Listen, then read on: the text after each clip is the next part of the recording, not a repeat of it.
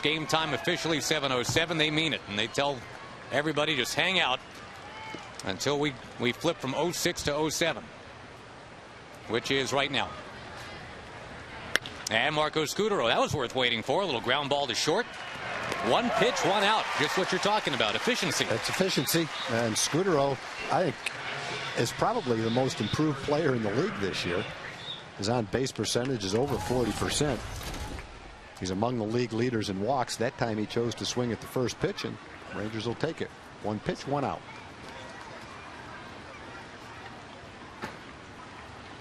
Now Noah's got to deal with the guy who leads the American League in hits. That is Aaron Hill. He struggled through an 0 for 25 earlier this month, and he is still leading the American League in hits. That's pretty good to go 0 for 25 and still be hitting .308. The Blue Jays as a team lead the American League in base hits. And coming in next for the Rangers, it's the Dodgers, who lead the National League in base hits.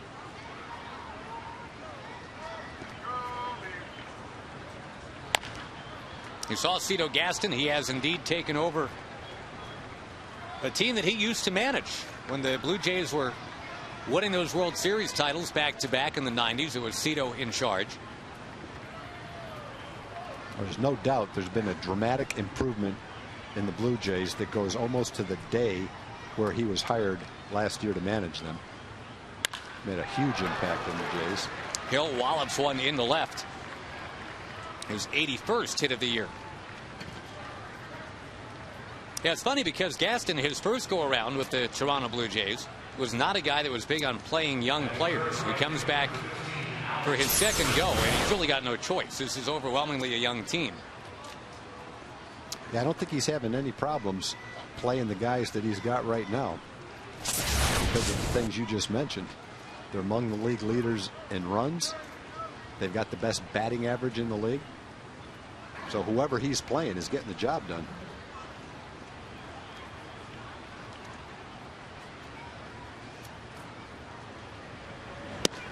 Toronto's a definitely, I think, underhyped team. But you look at it, I mean, here they are, #1 in hitting, #2 in defense, #3 in pitching. That tells you they're fairly legit. Another one slugged in the left. That time it's Rios to make it 2 on, just 1 out for Vernon Wells. The Canadian dollar is a bit devalued, and I guess so is the hype when you talk about these Blue Jays players, but you add it up, they're hitting .281.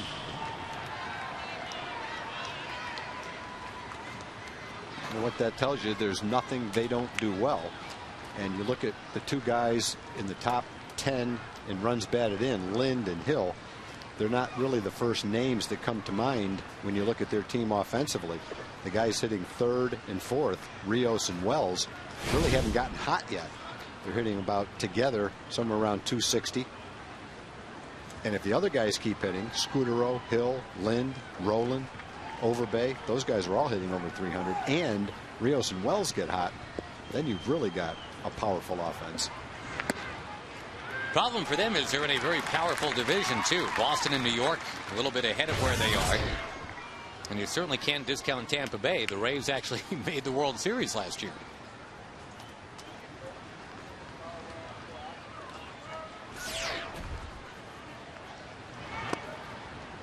Breaking ball down in the dirt to Vernon Wells.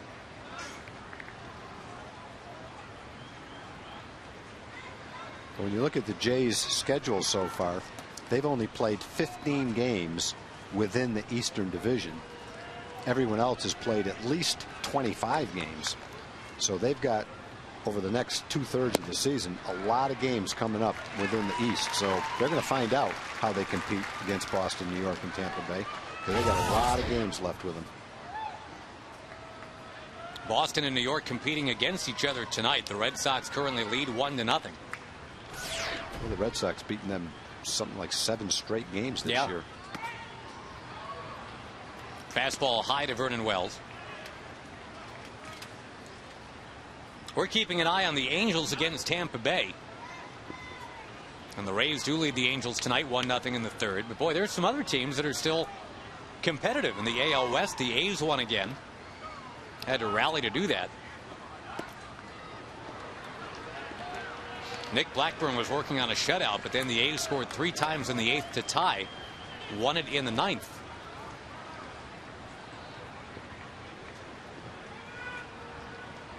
Well, the A's have won 8 out of 10 games. They've come to within 6.5 of the Rangers. Softly to third, and a quick return to second base is not in time.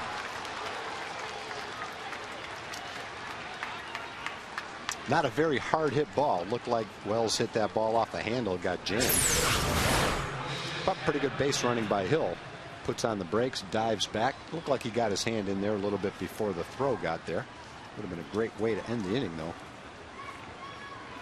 End the inning without having to face Lind for a couple of minutes.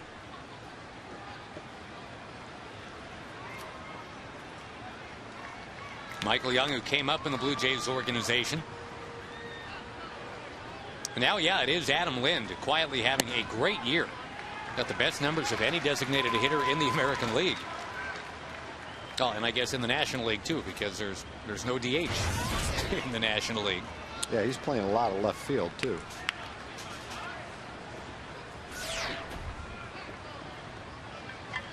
We'll see him out there tonight. As a matter of fact, he hits it towards left field. Well struck. Murphy coasting back. He's got it. 2 hits, 2 left. Bottom of the first coming up. There is no score.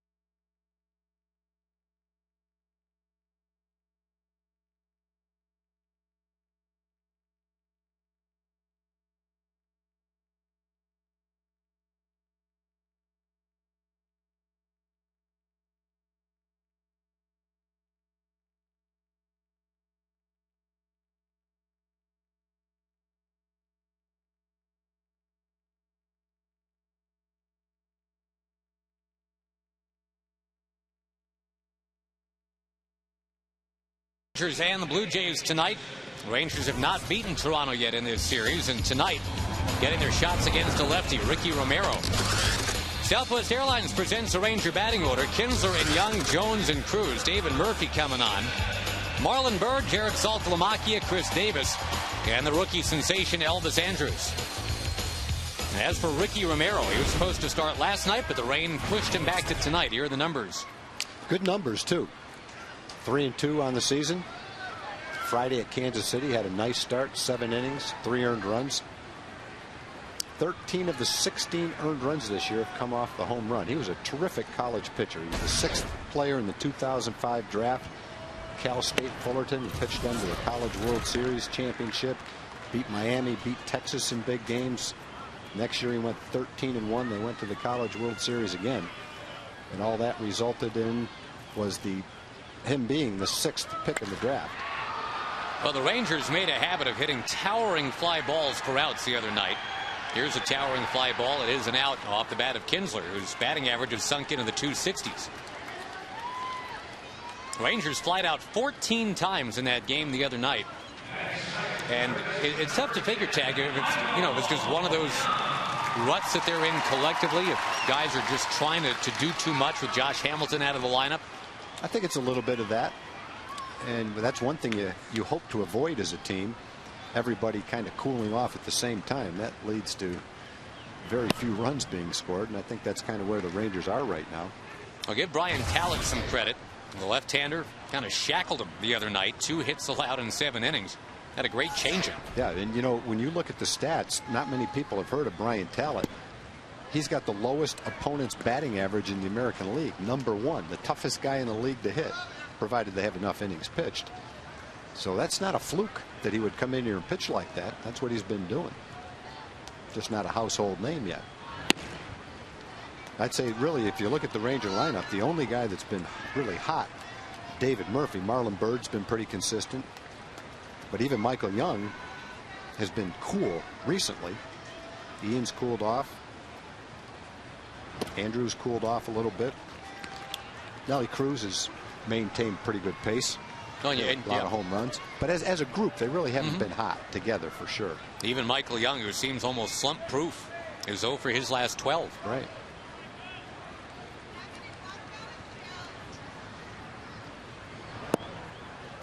Grows the count here, and that is one thing the Rangers do have in their control, not be offering it a lot of first pitches. The Rangers saw only 106 pitches in that game the other night. Only 12 over the last 2 innings.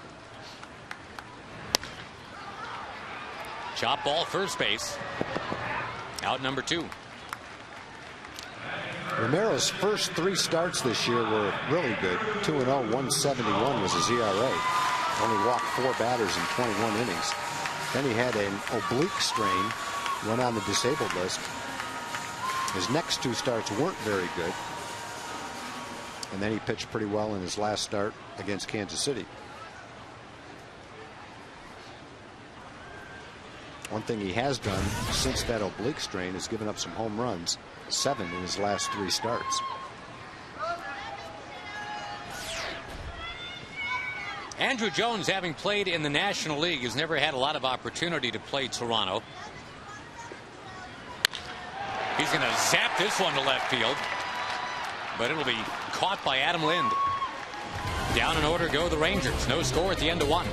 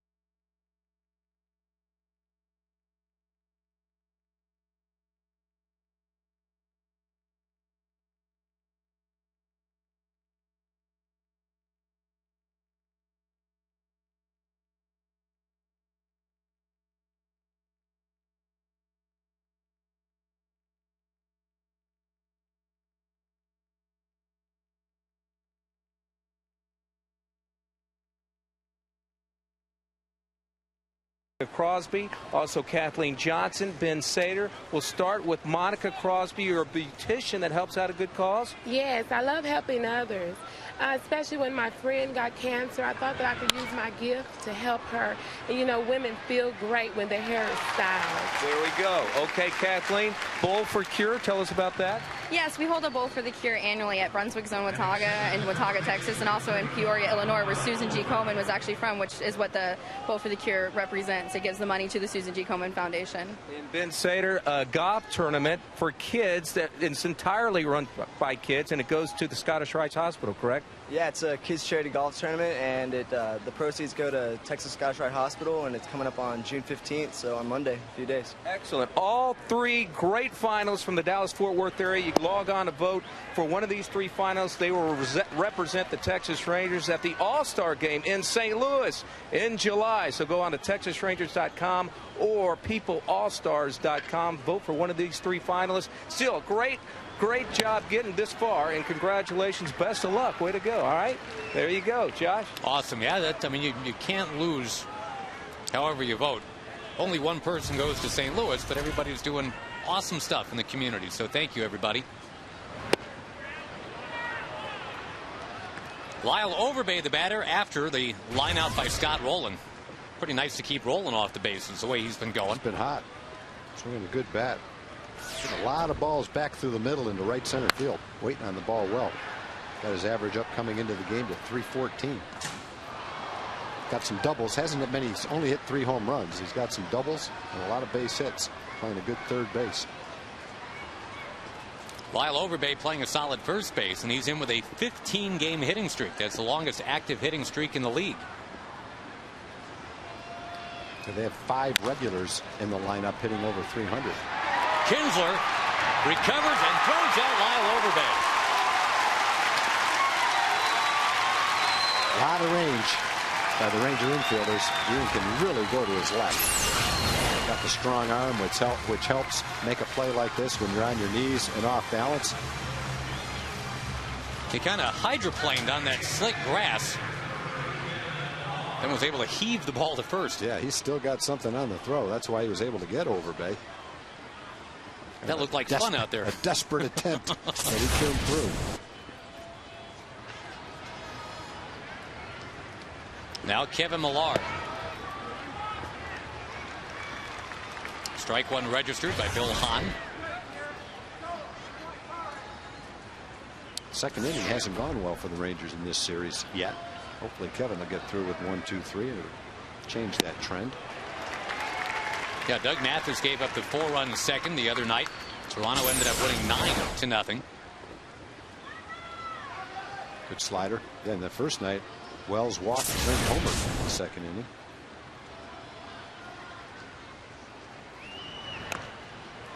Oh, check swing from Millar.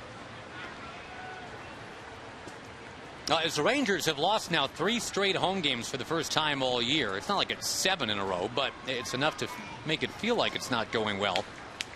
Ron Washington, I'm sure, feels like he's got the right guy on the mound tonight. Got the ace. 6th best ERA in the league right now. Kevin Millwood at 2.96.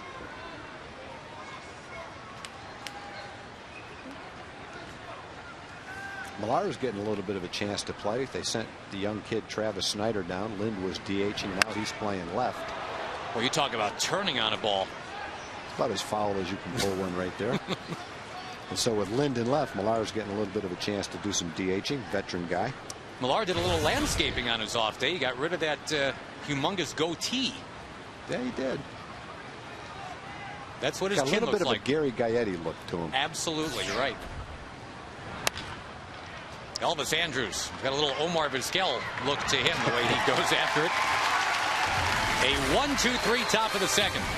No score.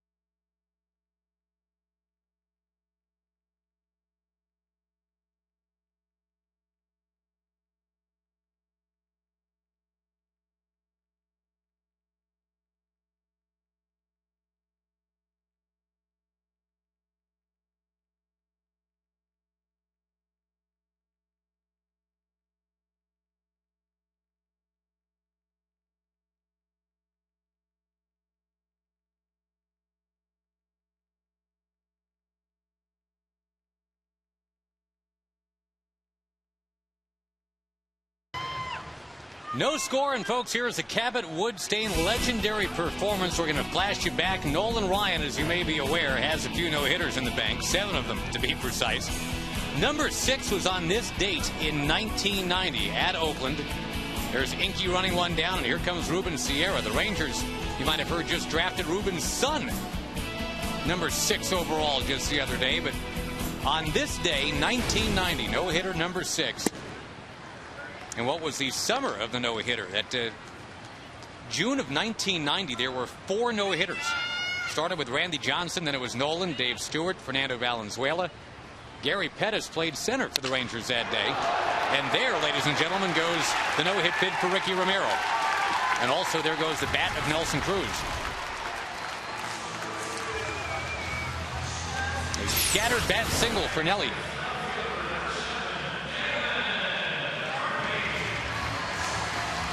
Ricky Romero. He's not taking any chances. He knows the bat's going toward him, the ball's going toward him. Fortunately, not right at him, but his reaction was, I'm not taking any chances. I don't blame him.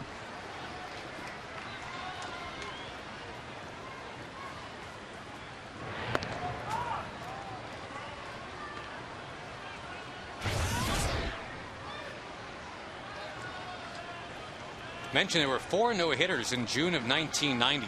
There were actually 7 for that season, which is a lot.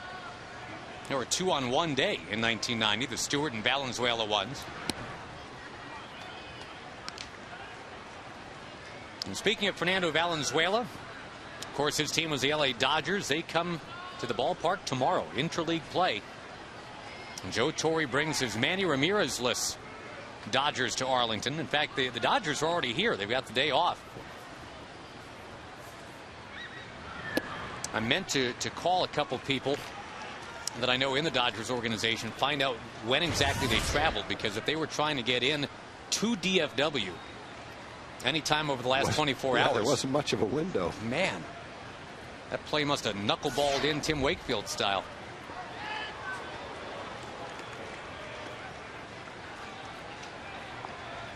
Obviously, here in our community, the weather has been the big story over the last 24 to maybe 26 hours.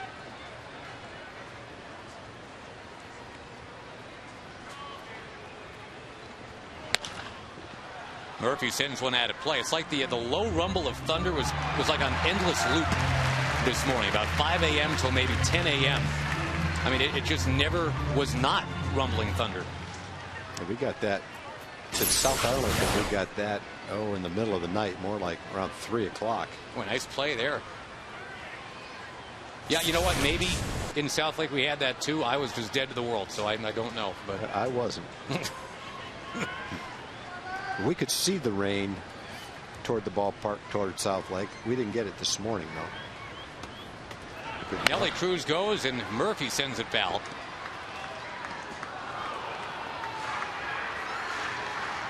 Hey, you come out here to the ballpark with a drainage system they have, you wouldn't even know it's rained at any time. No difference in the field right now, looking at it anyway. Well, how about how beautiful it would be in a drought? Yeah, I mean, in around 2 or 3 this afternoon, it was gorgeous. Sunny skies, no worries.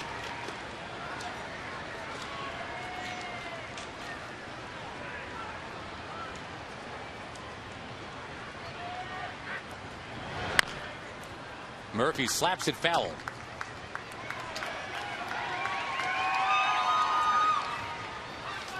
Rangers and Blue Jays will actually make up yesterday's game on September 1st.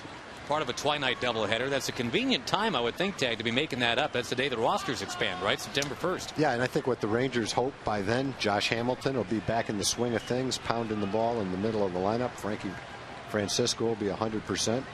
He'll be at more at full strength. Doesn't mean it won't be tough facing the Blue Jays in the doubleheader, but I think the Rangers will probably be a little bit stronger by then, you hope.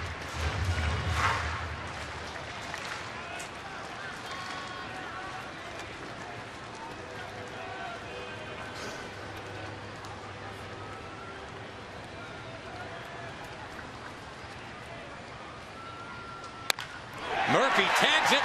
Into the corner it goes. Nelly Cruz Flies into third. It's being held. It's a double for David Murphy. Well, I've always believed when a guy's hot, doesn't matter who's pitching, whether it's a righty or a lefty. I think Ron Washington is thinking along those lines with David in the lineup tonight against a left-handed pitcher. He's just swinging the bat well right now. And when you're hot like that, I think you stick with a hot hitter and let him swing the bat. And right off the bat in this game, it paid off. Lefty versus a lefty. A good at bat. He fouled off some tough pitches and then ripped a good pitch to hit down the right field line. David now, his average is up over 260. Wow. Hey, Tag, before I forget, too, David wanted to say a hello and get well to Grandma Jean in Michigan.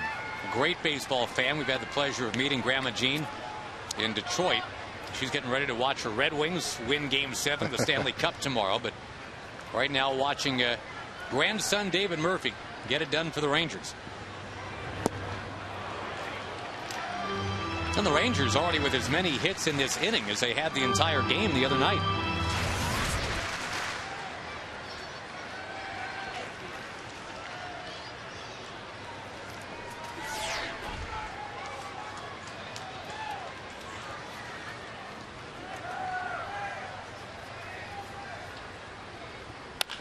Marlon Byrd pumps it towards left field. Set to tag is Nelson Cruz, and here he comes down the line.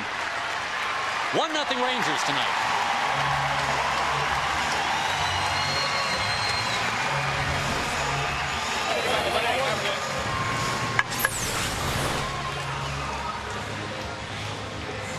It's the first lead the Rangers have had in this 4-game series against Toronto. Oh, pretty good pitch, too, by Romero. Down and in. Hard hit ball. Second hard hit ball to Lind. Last out of the first inning was by Andrew Jones. That was a rope, too. Look how excited everybody is. They must have just been told they're getting cotton candy in a little while.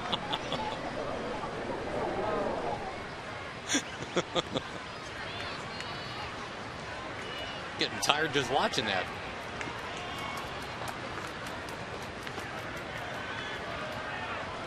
Jared Saltalamacchia, the switch-hitting catcher who is second in the balloting right now in terms of going to that All-Star game.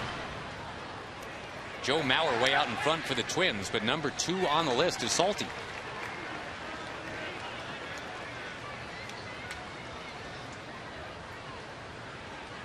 A reminder, those of you who are Twittering, check out the FS Southwest Twitter page. If you've got a thought on the Rangers draft, go ahead.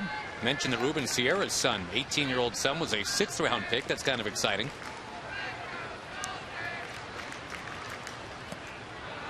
Five of the first 6 Ranger picks were pitchers. I think there was a method to the madness there, but or actually 4 of the first 5, I should say, with Perk and Sheppers, Doyle and McBride. And Tommy Mendonça is a big, powerful lefty swinging third baseman. You know, I think if you went back to when Ruben Sierra was 17 years old, and if he was eligible for the draft, back then, kids in Puerto Rico weren't eligible for the draft. They were free agents, just like the kids right now in the Dominican. Good pitch by Romero.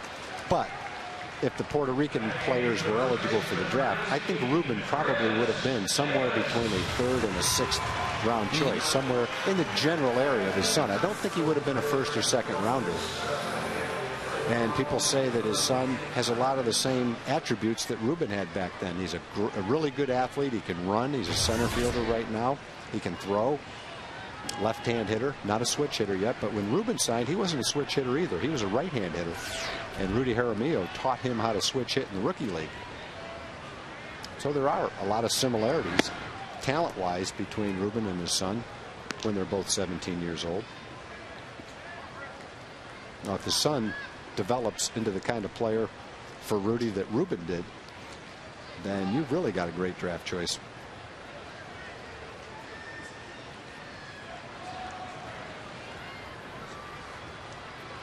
Davis waiting and grows the count to 2-0. Anybody else feeling just a trifle old with Ruben Sierra Jr. now being drafted by the Rangers? Yeah, that's pretty amazing. Who knows? Pudge's son is a good athlete too. Derek, really good golfer and a ball player. Who knows? Maybe we'll see him someday too.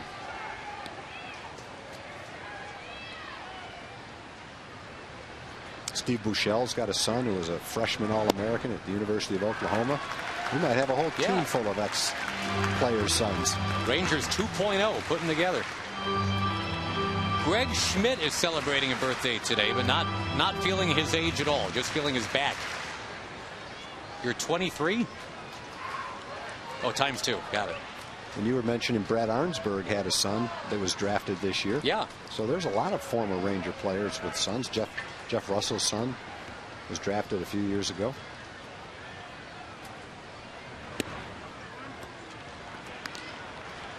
Davis, who has only walked a dozen times this year.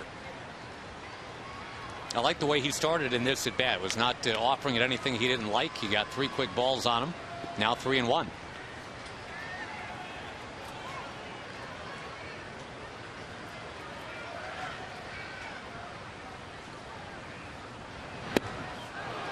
We dug up this little nugget on Chris Davis before the game.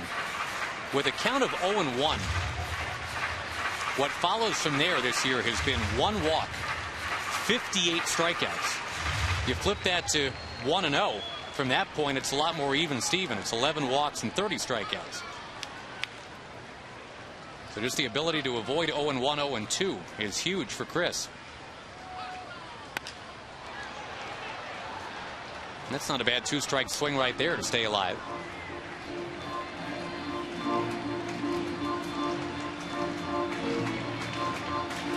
The defense has been outstanding. The power has been there. He's got a dozen home runs. But he wants that batting average higher than .202.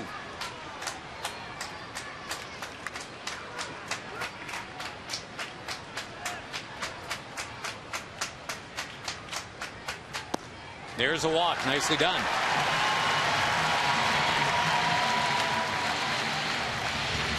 Elvis Andrus, who has been among the top shortstops in the All-Star balloting, coming up. And a reminder, baseball's biggest stars going head-to-head in St. Louis this year. Coverage begins Tuesday, July 14th on Fox at 7 Central.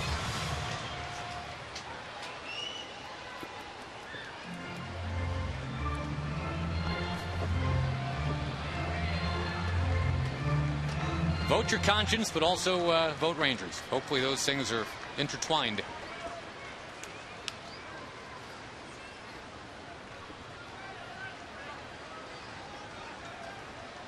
Elvis Andrus putting up solid credentials for Rookie of the Year right now as the youngest position player in baseball. Socking that one to left center field. Look at that jump. Deep. Elvis Andrus almost got it.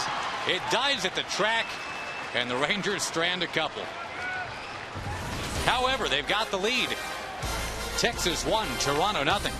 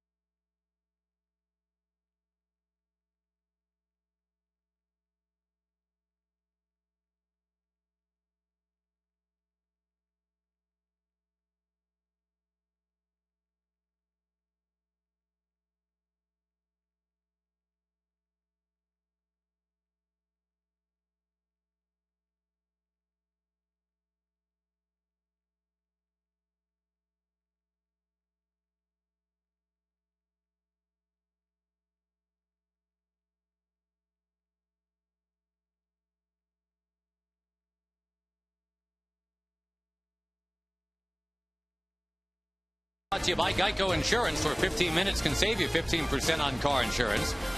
And by AT&T. Switch to the nation's fastest 3G network. AT&T, your world delivered. Rangers on top, and Raul Chavez, the 36-year-old backup catcher, getting a start tonight. One strike to count to him. Kevin Millwood gave up singles in the first inning, a couple of them back-to-back. But it's been 5 straight set down since then. That ball chipped into right. Tag, I know you want to join me in welcoming back the great Eric Nadel. Absolutely. To the broadcast booth tonight. Eric worked the first couple innings doing play-by-play as a Pirate. And that is what he's going to have to be sporting for a little while now. He had that corrective retina surgery, and thankfully they got it in plenty of time. He's going to make a full recovery, but for now he is not Steve the Pirate, but Eric the Pirate. And it is great to have E back in the fold. He was missed. And the hardest thing for Eric right now is sleeping, because he has to sleep propped up in bed so that blood that's in that eye can drain. Says it's very uncomfortable to sleep that way, but he's going to make do. Peace. Always with the right attitude. Or V for victory, either way.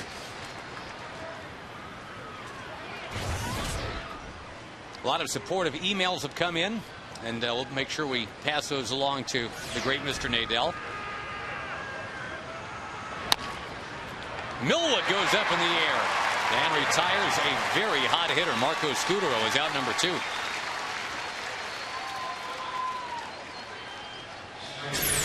As you're watching that replay, we'll float you that email address. It is foxsports.com, and the keyword is email Rangers.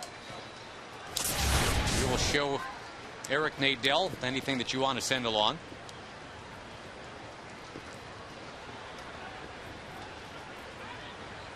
One of the most frequent emails we've been getting with Toronto in town, speaking of patches, is what the patch is all about on their sleeves.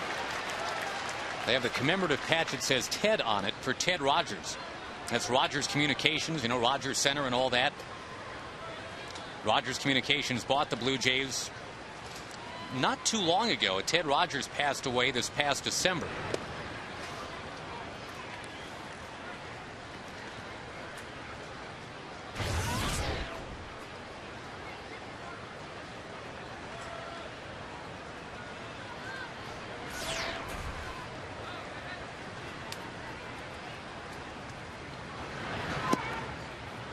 Millwood dropping one too low to Aaron Hill. You note the Blue Jays have also brought back the maple leaf, the red Canadian maple leaf on the sleeves as well. Just to remind you that they are indeed from Canada.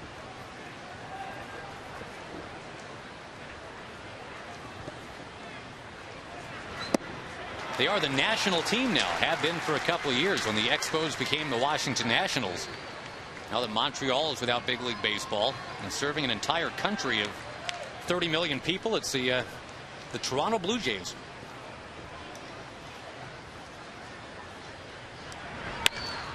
Down near third, that is a fair ball. And Aaron Hill has his second hit of this game. He singled in the first. He has a 2-out double here in the third.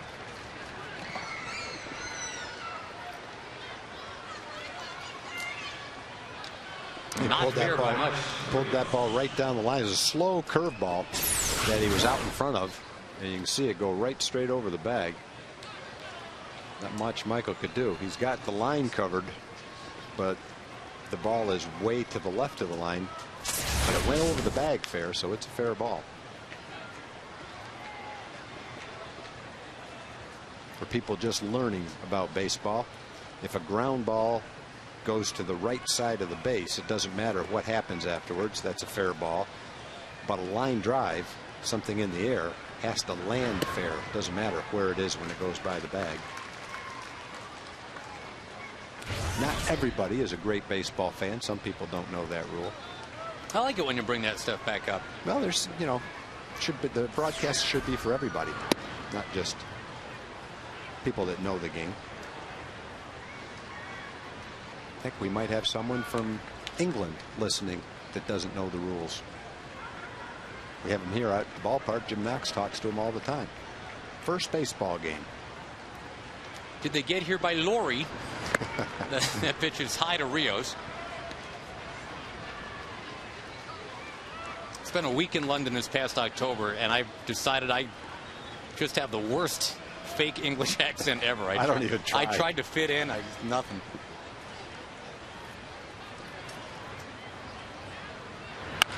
Chop ball near third. That is foul off the bat of Rios.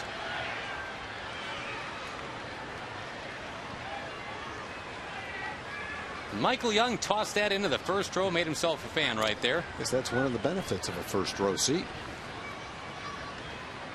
Now you pose for the cell phone picture, but don't turn your head to the action there, kids. Yeah, you might need your glove for something coming at you a little bit harder.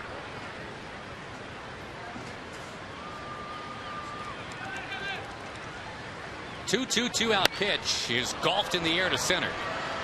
Marlon Byrd is under it.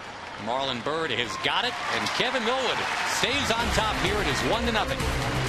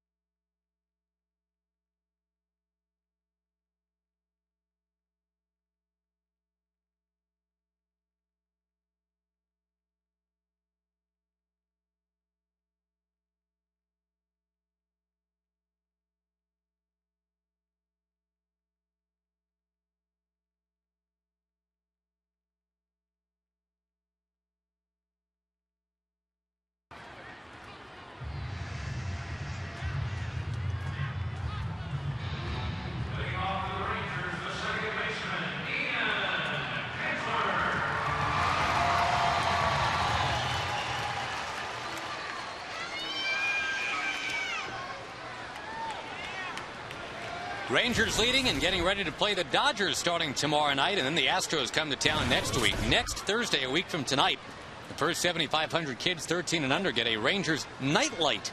Very cool. TexasRangers.com to get your tickets, or call 972-RANGERS. Do you use a nightlight by any chance, Tag? No, I don't. I did when I was little, though. I do. I got the nightlight going. Not now, but tonight. I usually have a clock in the room that's light enough to where I can see. I am a lot like Eric Nadel, though. I do like a dark room at night. I don't like light. Not quite as dark as he needs it, though. Kinsler smashing one to center field. Vernon Wells going back to the track and will make the catch. It's twice the Rangers have just missed now. First Andrews and now Kinsler. Well, the Rangers have hit the ball hard a number of times tonight. The two you mentioned, the dead center. I don't think the ball's carrying very well to center field today because he hit that ball well. So did Elvis. But there's been two other balls hit hard, too. Andrew Jones hit a line shot. Lind in left field was playing deep with 2 outs in the first inning. And then Marlon Byrd's sacrifice fly to left field was a line shot. So 4 balls have been caught that have been hit very hard. In addition to that, David Murphy's got a line shot double down the right field line. So 5 out of the 10 hitters have really hit the ball hard tonight. It's not one of those nights, it doesn't appear to be anyway, where the ball will just fly out of here. Sure looked like that in batting practice, though. Yeah, it did. I guess there's a little bit of a difference between the conditions at 4:30 when the Rangers were hitting and 8 o'clock. I'm just glad we're playing ball. Me too. Had kind of a dire forecast for tonight, too. I like to see Ian hit the ball like that, though, to center field or right center field. I think he's a better hitter when he's trying to go the other way on pitches that you should try to hit the other way. Got too much power and too much ability to pull to just try to be an opposite field hitter. But if he can stay away from trying to pull the pitches that he can drive so well to right field, I think he'd be even a better hitter.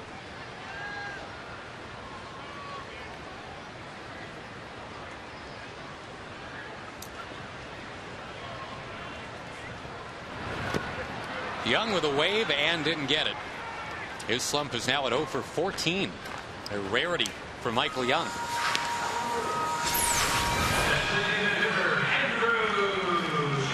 Change up right there from Romero.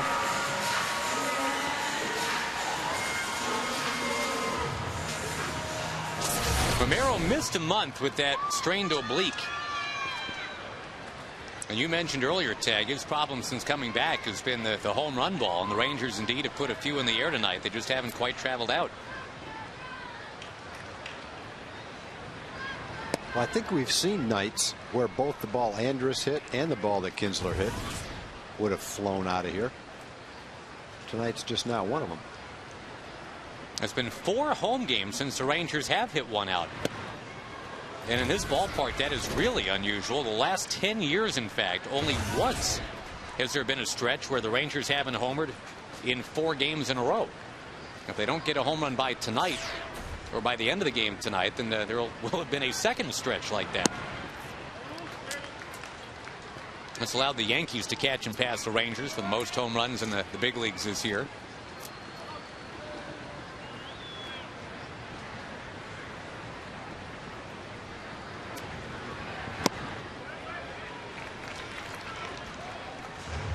But the Rangers' home runs are not. They're 8 games over 500. They've got that nice 3-game lead, 3.5-game lead on the Angels now.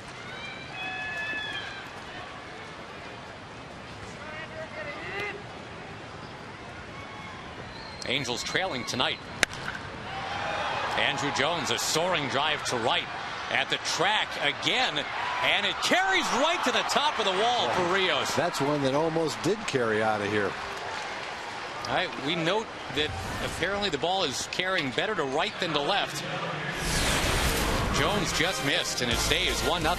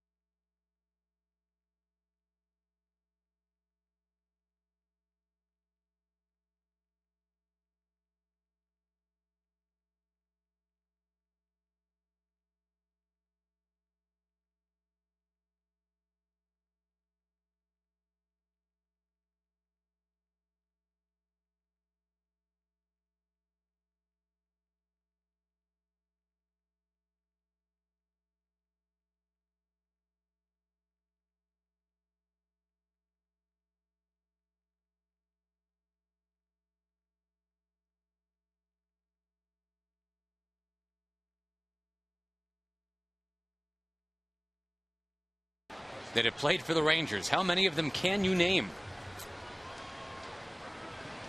#1 pick this past year, Steven Strasburg out of San Diego State. Now it's up to the Washington Nationals to get him signed. And Vernon Wells, who was chosen 5th overall several years ago. Bouncing ball, and Millwood knocks it down with a bare hand. He will recover and throw out the Southlake native Vernon Wells. That ball was hit hard. Hopefully that didn't hit the wrong part of Kevin's hand. Yeah, no kidding. I should say Southlake resident Vernon Wells. He, of course, was born here in Arlington. That ball was definitely a base hit up the middle, but it wasn't one of those little choppers. I think it hit him. Yep, it hit him in the wrist. And it hit him hard, too, because it didn't glance off. It came straight down in front of him. So his wrist took the brunt of that shock.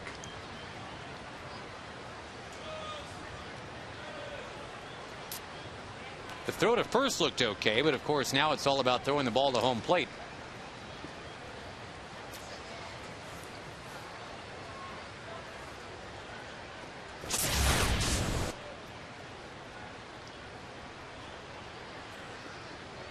They'll let Kevin take a warm-up pitch or two to make sure he's good to go. Hey, he says he doesn't even need it. Good. So, with Kevin apparently okay to keep going, let's quickly go to Jim Knox. All right, Josh, you know, you're talking about Southlake Carroll. Hey, we got the Southlake Carroll Choir in the house tonight, sung the national anthem, #1 at UIL. They worked up a little song. Go ahead, guys. 1, 2, 3, go.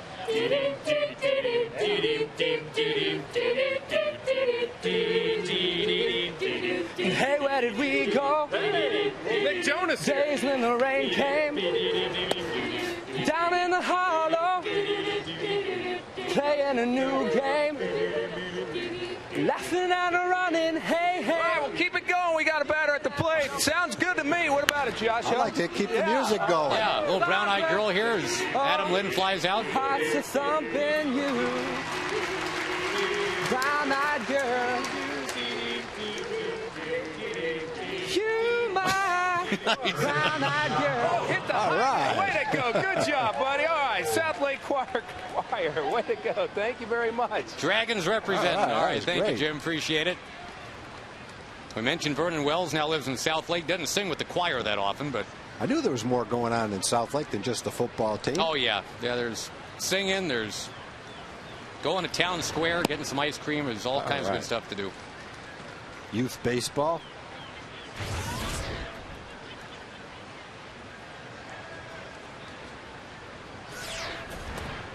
Ten and under took a whooping from Farmers That's Branch what I the other heard. night, though. That's yeah, what I heard. Yeah. Congratulations, Farmers Branch. Nice 32-run victory. Well, Kobe's bounced back pretty well from it. He looks like he's in a good frame not of taking mind it today. too personal. That 18-run third that was put on him. Well, Millwood battling right back here. Again, he got that comebacker that he handled from Vernon Wells, but you had to just kind of hold your breath, make sure he was okay physically to keep going. And Scott Rowland's been about the hottest Blue Jay hitter, certainly in this series. He is 6 for 9.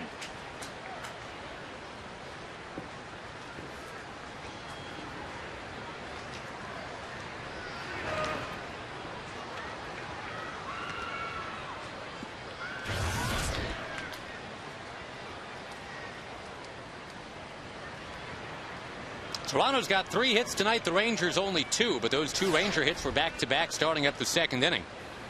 Then the Marlon Byrd sac fly cashed one of them in.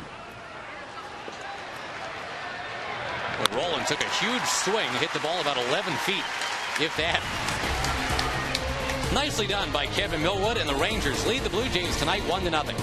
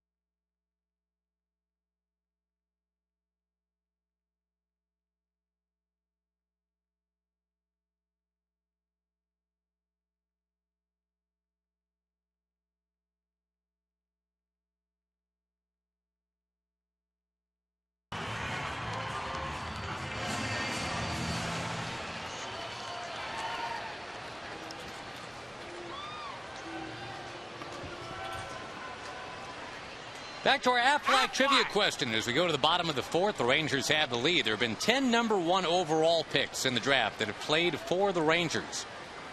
How many of them can you name? I'll show you the list in just a moment. Nelson Cruz stands in, swings, doesn't get it. All right, here we go. From Burroughs to Gonzalez. And Chris Benson on the team this year, although now down to AAA. Josh Hamilton on the team this year. And now on the DL.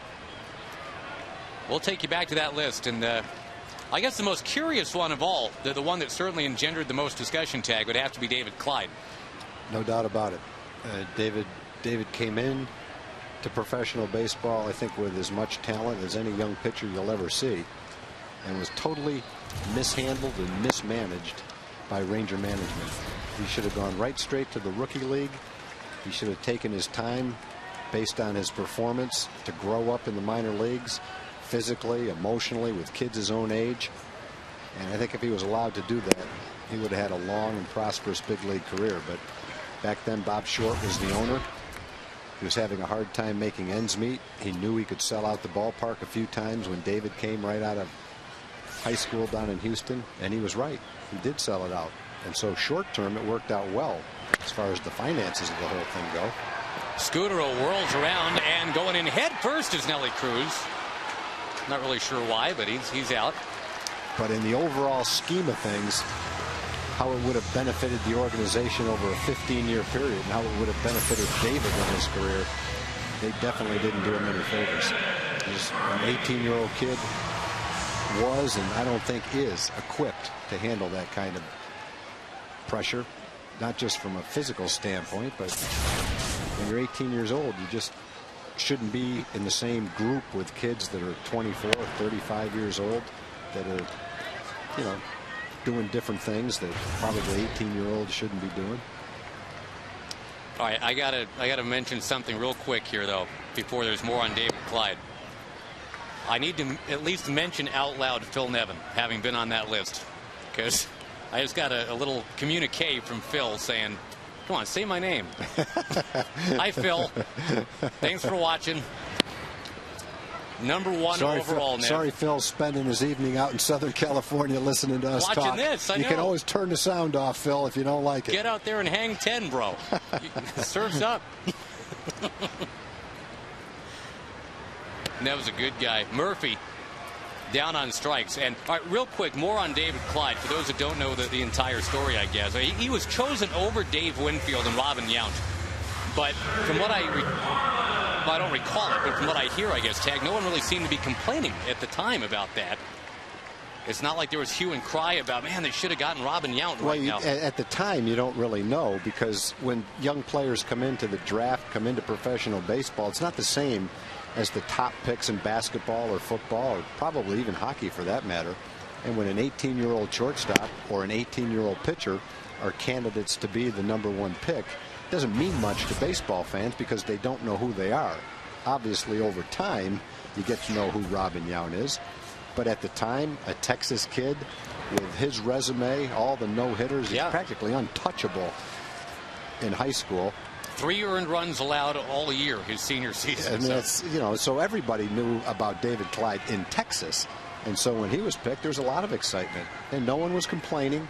The fans weren't complaining when he was brought right straight to the big leagues. But it just was absolutely not the best thing for him. Marlon Byrd is down on strikes. But it's Marlon's sac fly that's accounted for all the scoring in this game so far. 1-0 Rangers. It's back to Kevin Millwood.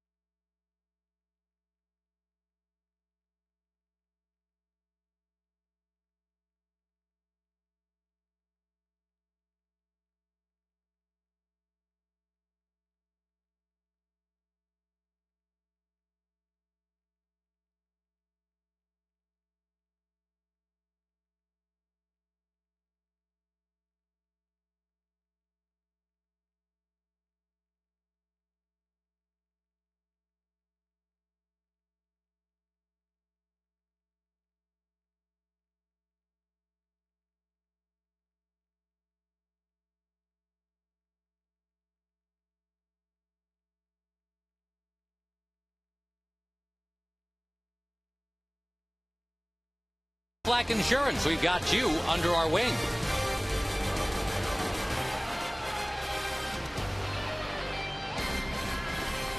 It's almost like the sun is trying heroically to break through right before it gets dark.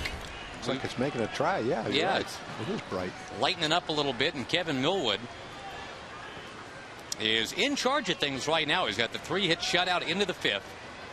Rangers trying to break a modest little losing streak. Maybe gain a little bit on the Angels tonight. At last check, the Angels were trailing 6-1 in Tampa Bay. Evan Longoria, another home run. He's up to 14.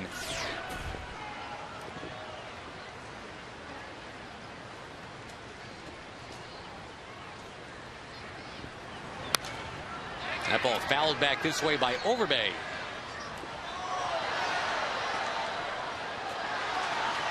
Kevin's really pitching tonight. He's using all his complementary pitches well. A couple of change-ups to Overbay. He's throwing a lot of good curveballs and sliders. May not have his best fastball tonight, but when you're a #1 pitcher like Kevin, having the kind of season he is, you know how to get people out, even if you don't have your good fastball. Seems to be what he's accomplishing tonight. Oh, he mentioned 6th in the league in ERA coming in. Zach Greinke continues to lead the league, and he's got a 2-1 lead tonight in Cleveland. Does old Greinke. And with an ERA of about 1.5. Kinsler had Overbay played well. Throws him out. 5 straight retired by Millwood.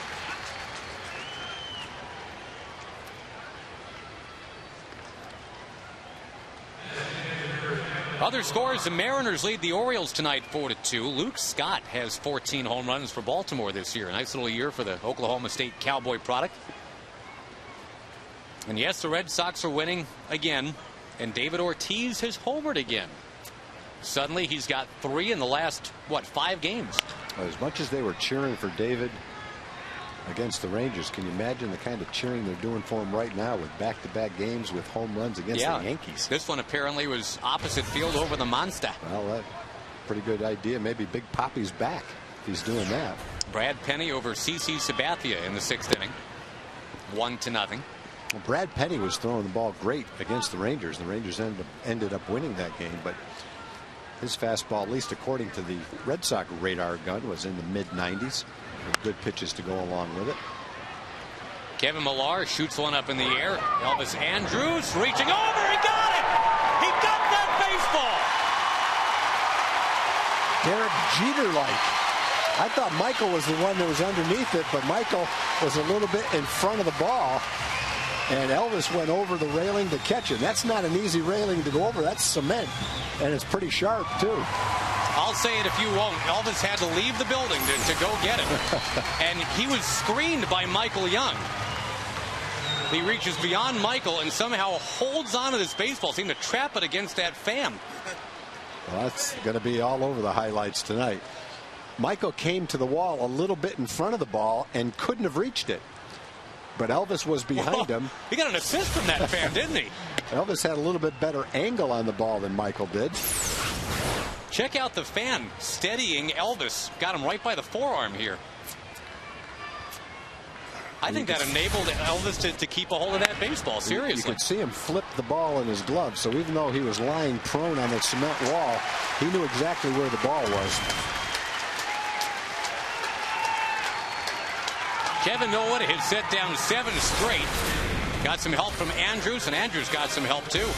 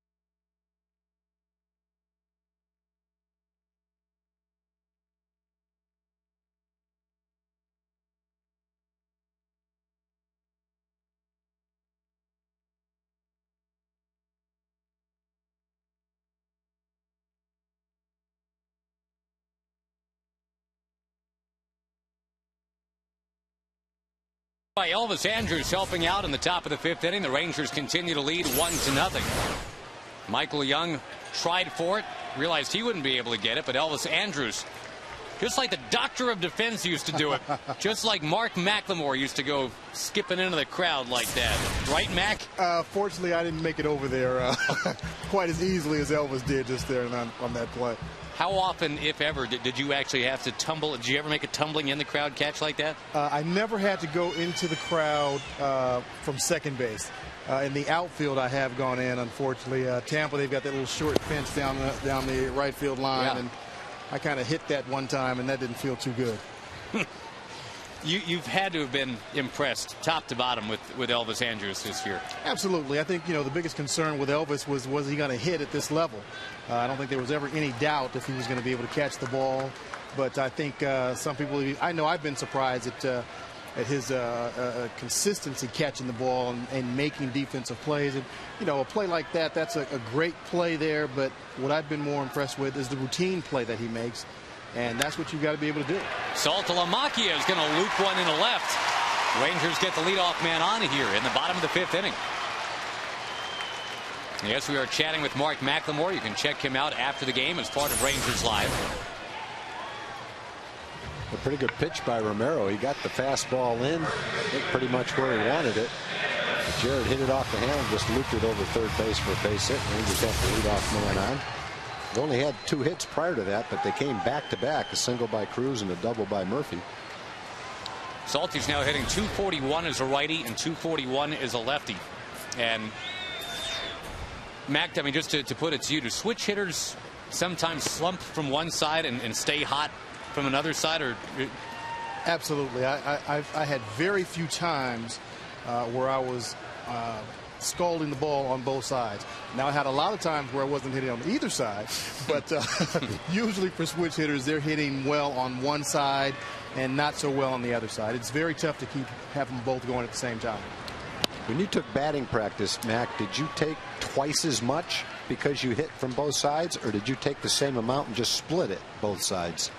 You had to take a little bit more, and usually it depended on the pitcher that day. If there was a right-handed pitcher, I'd take more swings left-handed than I would right-handed, but I always had to hit on that other side that I wasn't starting on that every day, because you don't know what's going to come out of the bullpen, right. Lefty, righty, so you've got to be ready somehow.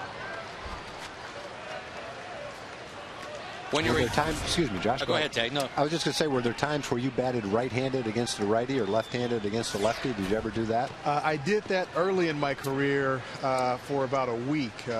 My manager at the time, Gene Mock, actually Doug Rader told me, he said, hey, we want you to hit just right-handed. And because he felt you were a better right-hand hitter? Absolutely. And my very first at bat that I did, and you'll remember this guy, I did it against Jeff Reardon. In the 9th inning. That must not have been fun. Actually, I got a base hit. Did you? Yeah, I did. And but I did it for about a week, and I said I just can't do it. I'm a switch hitter, because I started switch hitting when I was 10 years old.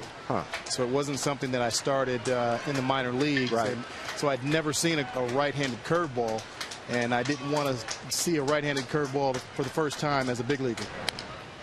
So at 10 years old, whose bright idea was that to go ahead and start that experiment? Well, that was the first time I did it in the game. Right. I had been doing it from the time I can remember. You always, in my neighborhood, we had some pretty good guys come out of my neighborhood, and we were always trying to do something no one else could do. So I was trying to keep up with my big brothers and all the older guys. So the way to do it was, okay, let me see if I can hit left-handed. I can hit right-handed, but let's see if I could do it left-handed. And then we had a game one day at 10, and somebody dared me to do it. And I did it in a little league game, and my first 2 at bats I hit home runs, and that was pretty much it. Wow. Stayed with it. Most switch hitters statistically end up being better from the left side. There are exceptions to that. Chili Davis, Bobby Bonilla were probably better righty. I think the reason for that is because you see more right-handed hitters. So you're going to hit left-handed the majority of the time if you're a switch hitter. So that's really the biggest reason. When you're getting all the practice, all the game at bats, or you're facing right-handed pitching, you're going to hit left-handed the majority of the time. Right. Chatting with Mark McLemore. Again, he'll be on Rangers Live after the game. Send your tweets to Mac to twitter.com/FS Southwest.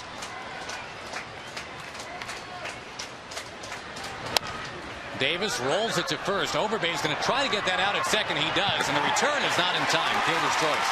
And that, for the people that aren't huge baseball fans, the theory behind switch hitting is you never have the ball going away from you. Is that right? And it's easier to hit it when it's coming in towards you? It's easier to hit it when it's coming in towards you, and you see it better. Right. When you're facing, say if you're left-handed and you're facing a left-handed pitcher, that ball's coming from your shoulder or sometimes behind you with a left-hander, and the same thing from the right side. So if you're switch hitting, you're on the other side, you see that ball a lot sooner, and it's coming at you, and you have a much better chance to hit it. Good point. Here is the 20-year-old Elvis Andrus. 1 on, 1 out. Rangers leading 1-0. All right, where was Mark McLemore at the age of 20? The age of 20, I was in, let's see, I was in Midland, Texas, playing in AA. It's around June, and then in July, I got called up to AAA and finished the year there. You didn't spend much time in lower minor leagues than if you were 20 playing in AAA ball. I did, actually. I guess I was 17. Okay. Yeah, I was 17. So I went to rookie ball. Then we had low A, and then high A, and then double A. Okay. I asked that because most of us at age 20, I mean, at least from my generation, we're sitting around listening to Van Halen and just eating Cheetos and, I mean, not really accomplishing things like hitting 280 in the big leagues at age 20. Right. Elvis has been doing a tremendous job. There's no doubt about it. I'm very impressed with his day-to-day ability to go out there and separate being 20 years old and being in the big leagues. And, you know, number one, he's got his idol that he's with each and every day. And then playing against guys that he's watched over the years and idolized and fantasized being with, he is with them now. So I know for me, as a 21-year-old getting to the major leagues, it was very intimidating. Davis has to dive back into first. So the off-season addition of Omar Vizquel, then, it sounds to me like you're saying is a pretty big deal. Get a guy like Omar here to help mentor Elvis. Absolutely. I think that's one of the best moves they've made. Bringing not only a Hall of Fame shortstop, but Elvis's idol. Bringing him here and having him mentor him through the tough times and the good times. I don't think it could have been a better situation for both of them. I don't know about you, Mag. The thing I really like about Elvis, how many times we see a count like 3-1 on this guy. This guy goes in there and he's comfortable. He doesn't get intimidated. He doesn't worry. You'll have a lot of young hitters when they get a strike on them or 2 strikes, they go into panic mode and they want to just swing at anything. Elvis is a very patient hitter. He waits on his pitch. If he doesn't get it right there, he takes the walk.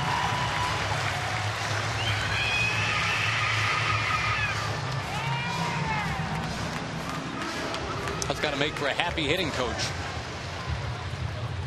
The other thing, Elvis is not afraid to take a pitch that's 2-0 or 3-1, and that's rare in the big leagues. Guys, when it's 3-1 or 2-0, they're swinging sometimes if it's a foot outside or a foot inside, just because they don't want to take a chance on taking a good pitch to hit. But Elvis knows that his job is to get on base, and 2-0, 3-1, he'll take a pitch.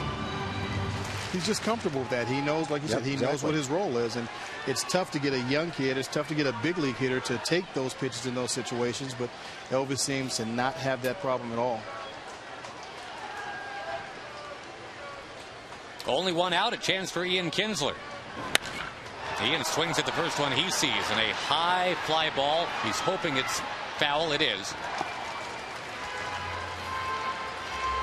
Does it seem to you, Mac, like it's almost a too aggressive approach right now from Ian Kinsler? He's going after so many first pitches these days, or is that just how he hits? That's how he hits, and I think, you know, it shows up more when he's not getting hits as opposed to when he is getting hits on those first pitches. So you can't really ask him to change. That's how he's been. That's who he is. You just have to be comfortable with that, knowing that that's the type of hitter he is. Wherever he is in the lineup, he's an aggressive hitter. So you have to be comfortable with that as a manager. Swinging here, and it's foul, 0-2. Matt, you get asked to be a part of Southlake night at the ballpark tonight, since you are pretty much, you know, Mr. Southlake, or they leaving you alone? They left me alone, as a matter of fact. Right. Back to your mayoral duties tomorrow, then. Yeah. Only at my house.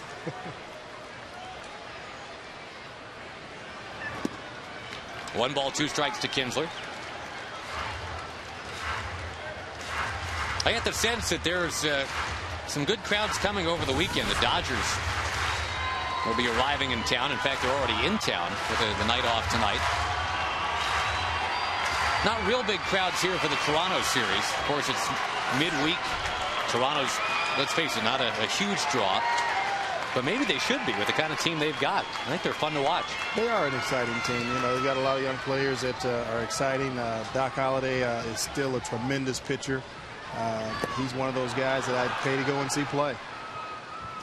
Kinsler chasing, and that is out number 2. 0 for 3 night for Ian.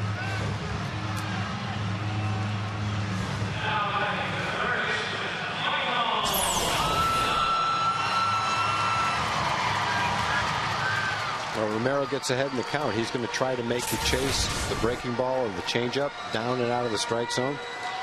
He knows how to pitch. Talked about him earlier. One of the better college pitchers that you'll ever see. Last couple of years in college, he led them to the Cal State Fullerton to the College World Series twice. They won it once. 13-1 his junior year, 6th pick in the draft. Not an overpowering guy, at least at this stage. Fastball is somewhere around 90, but he knows how to pitch. And if you swing at pitches out of the strike zone, you're playing right into his hand. Michael Young chops it near short. He dips to 0 for his last 14. Rangers strand 2. Mark McLemore, thank you for hanging out with us, dude. As always. Anytime, baby. You got it. Great to see you. Kevin Millwood back to work. It is 1-0.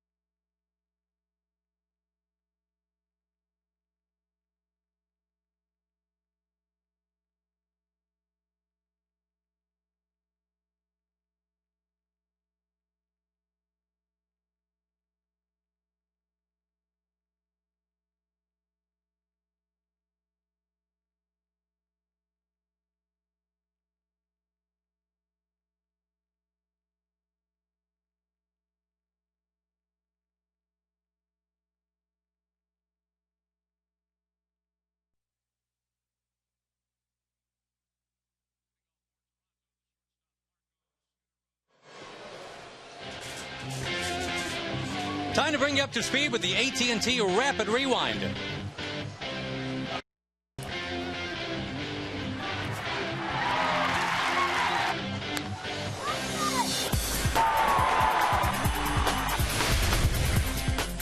AT&T, the nation's fastest 3G network. AT&T, your world delivered. Marco Scutaro has been on base more than anybody in Major League Baseball as of June 11th, 2009. That's something we all saw coming, right? Well, you know, he is, as we've already said, probably made as much of an improvement in his game as any player in the big leagues. And it's not that he was a bad player last year. He had a good year for the Blue Jays last year. Played every day, had over 500 at bats, and knocked in 60 runs as a middle infielder. But he's just raised it this year. He just can't beat Millwood tonight. Can't get it by him. Aaron Hill comes up next. We're checking out our Ford leaderboard. There's Aaron Hill in terms of multi-hit games. He's got one of those tonight. Not too late for Michael Young to get one of those this evening. Only 6 hits in the game total, and Hill has 2 of them. Well, Kevin's throwing a lot of strikes with all his pitches. Hasn't struck anyone out, hasn't walked anybody. The pitch to contact thing, perfect. Mike Maddox is all about that. No problem at all. If you go the distance, go 9 innings, allow 6 or 7 hits and strike out no one, that would actually be okay.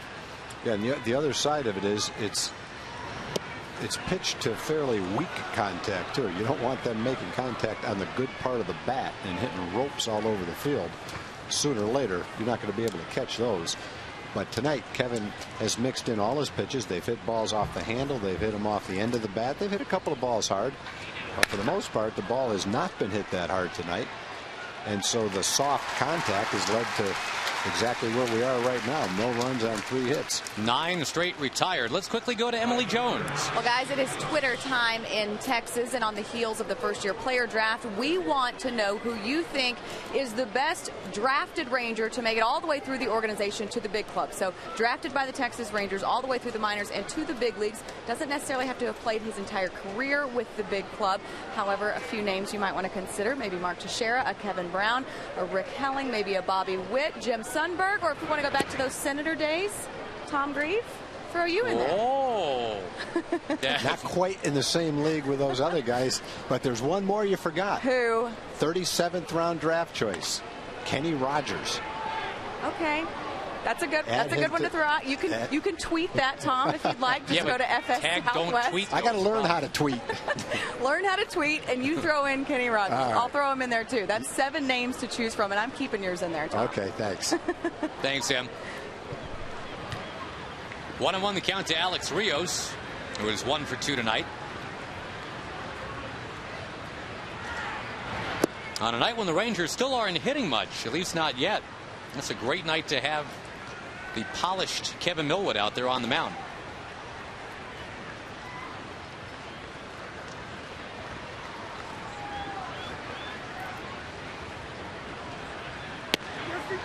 Yes, he did, says Bill Hahn, the home plate umpire. Good slider right there. Really good assortment of pitches by Kevin tonight. He's really pitching tonight. Not that he doesn't always pitch, but every 5th day or so, yep. He tends to go out there 30 times a year and pitch, but you know what I mean. I know. If you'd said he's really roller skating tonight, that's...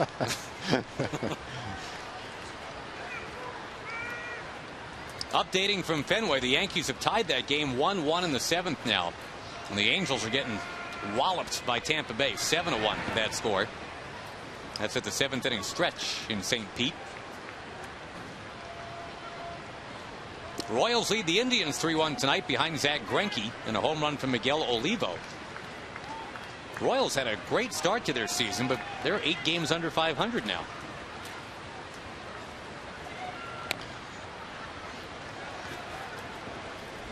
I don't know if it plays well or not on TV tag, but there's just a bizarre looking hue to the proceedings right now. Kind of a pinkish orange sky. I see it.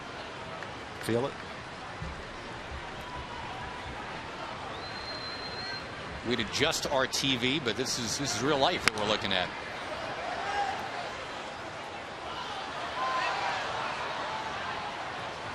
Three and 2 the count to Rios.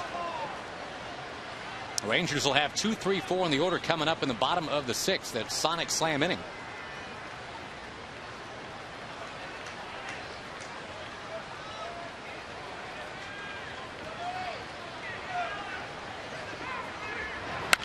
On the ground, third base, Michael Young has it, gets up and fires it. Davis is stretching, got him! What a play!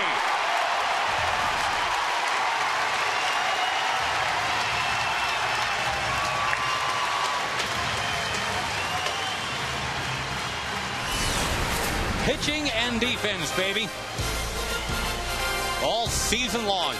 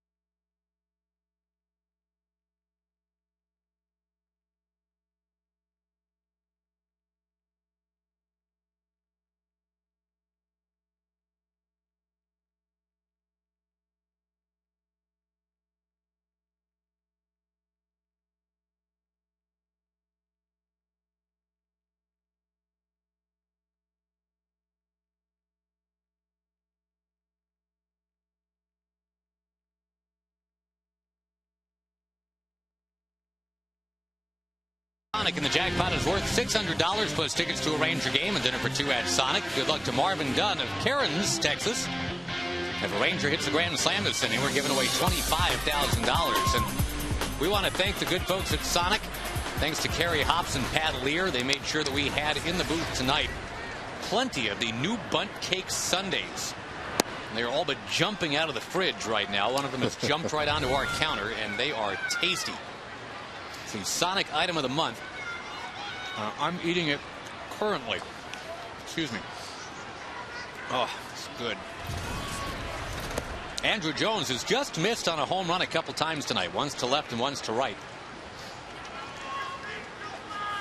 One he got underneath just a little bit, and one he got on top of just a little bit. A line shot and a high fly. The high fly carried right to the top of the wall in right field. Rios jumped up and caught it. Line drive was caught by Lind in left field. He's playing it pretty deep to begin with. All right, so if he's just missed to left and just missed to right, he's going to hit one to center. Right. I mean, yes.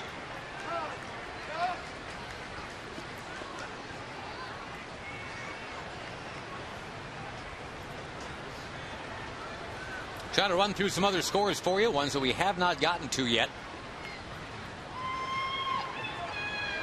National League scores. Phillies and Mets are 3-3 in the ninth tonight.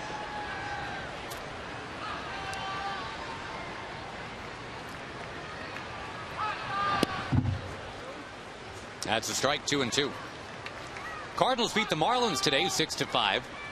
Albert Pujols hit number 19. Ross Glow to hit a pair for Florida. Numbers 2 and 3.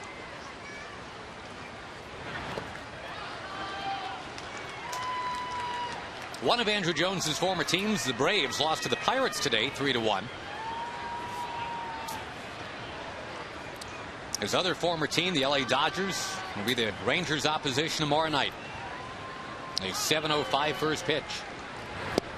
Rip and a miss. Down goes Andrew Jones.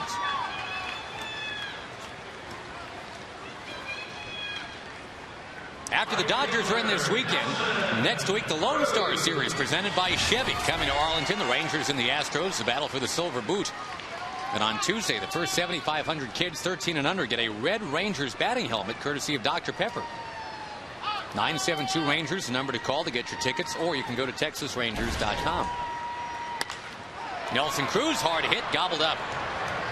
Aaron Hill will throw him out.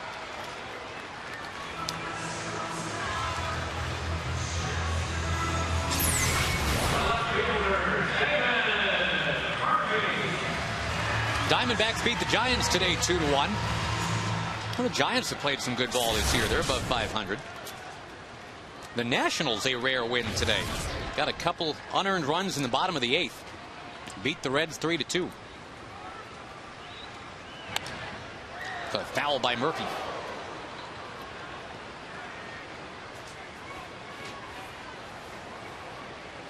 The Rockies beat the Brewers today 5-4. Another road win for Colorado. That's 8 straight wins now for the Rockies. Remember, it used to be they couldn't win on the road. They could only win at home. It's been the opposite this year. There's a base hit. Wow. One of those Charlie Brown up the middle deals for David Murphy right there. Remember when Charlie Brown would lose his cap and his shirt and everything would go flying all over the place? Yeah. 2 ropes for David tonight. Double down the line. And this rocket back through the middle.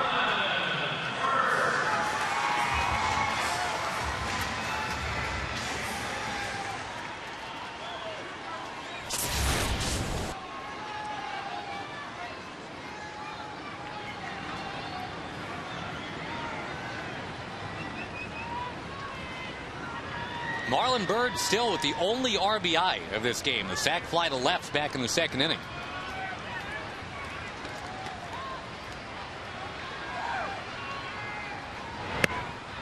So far, the rare 1-0 game here in Arlington. They do the Bird for Marlon Byrd.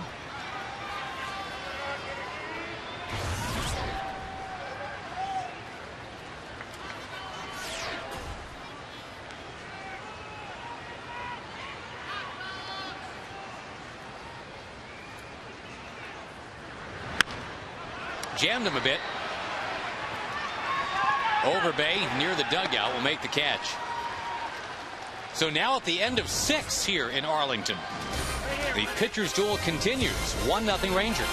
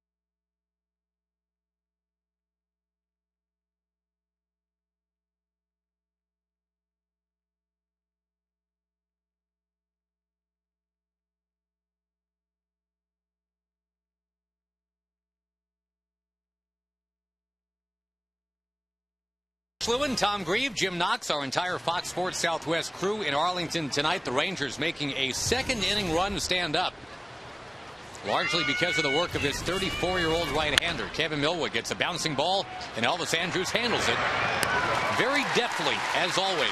With 1 out, we go to Jim Knox. All right, thank you, Josh. You know, tough in the stands tonight, finding the progressive fan of the game. You got this guy right here. Make the call, Grieve. Blue Jays cruising for a bruising. Josh. Lewin, wow, MVP. look at that. How about that? We also have a guy with a ticket shirt on. Hi, Bob and Dan, and my little buddy Corby. But the guy that wins it the best is this guy who made that great catch in the first inning. We got tape of that, I believe. You stretch back in the seat, make the grab, and they call him the Little Kinsler right here in the stands. How does it feel? Progressive fan of the game there. Feels pretty good, I guess. Pretty good, you guess. All right, you got looking at the catch right now. You make the nice stab. Little Kinsler right there making the nice grab. You get the tote bag, the hat, the shirt. Congratulations, you even got a foul ball tonight. What a night you had in the stands, big guy. Way to go. All right, Josh. All right, Jim. Thank you. Congratulations. Appreciate the signage, as always. We'll tell your little buddy Cobra that you said hello to. That's right. We say it all here. That's right. Cobra, hello. Say hello to my dad. Hello, Dad. See, we're saying hello to everybody. Hey, Dad, how's it going? Adam Lind with the foul ball. Is he still talking? 1-2 the count. Kevin's retired 11 straight.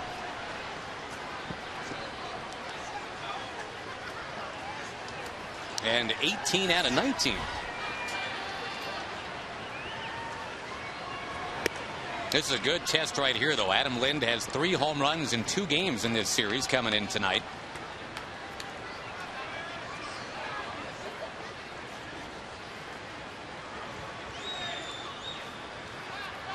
.45 runs batted in this year.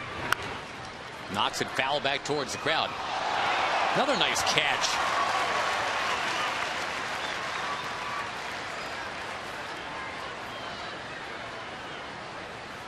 And again, a good crowd expected tomorrow night with the Dodgers coming in.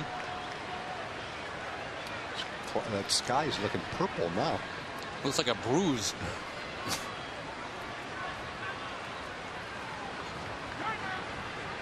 Vicente Padilla gets the start tomorrow. Hiroki Kuroda for the Dodgers.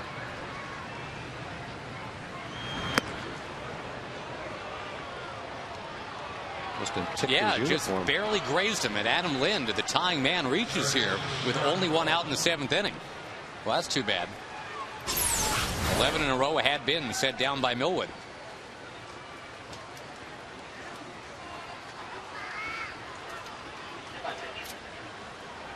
If it caught anything, it caught the sleeve of his right arm. And Bill Hahn takes off his mask. And he's saying that Kevin Millwood needs a tongue depressor, I believe.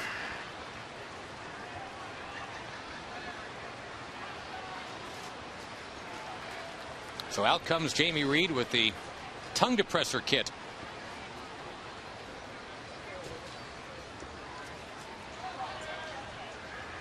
Millwood will uncake, and we will tell you that the Spanish musical group Los Tigres del Norte will perform a post-game concert on the North Lawn this Sunday. Admission is free with a ticket to the Rangers versus Dodgers game.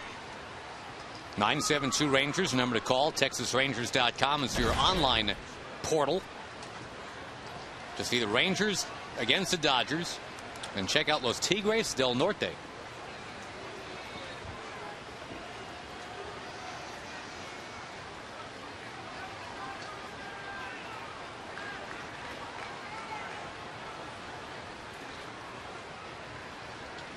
Has anybody ever had somebody else do the tongue depressor thing for them, or is that just way too embarrassing? Just put your feet up and have somebody else do it. Might do that in the dugout. I don't think you'd do it out on the field.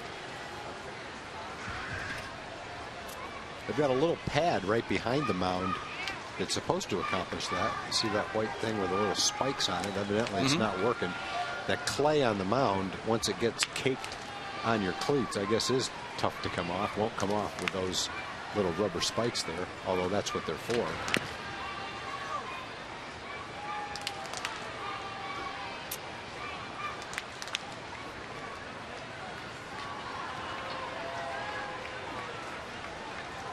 Scott Rowland 0 for 2. But a guy that, when is healthy, is a problem.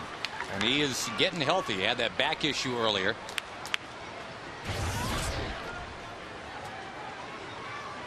Dangerous situation here. 2-0 to Rowland. Overbay on deck.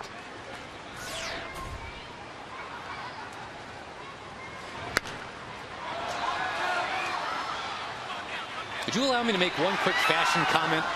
Absolutely. Those are the worst looking threes in baseball. They're the Blue Jays, and Rowland's got a pair of them on that jersey. Yeah, they're not real good looking. No, I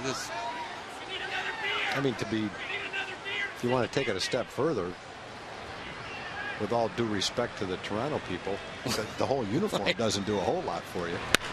Ground ball, base hit. Double three has rolled one into right field. It's 2 on 1 out now. And you got a guy with a 15-game hitting streak coming up. The Home Depot presenting doing more on defense with Overbay batting. We'll take you back to the second inning. And Kinsler making this play to Rob Overbay.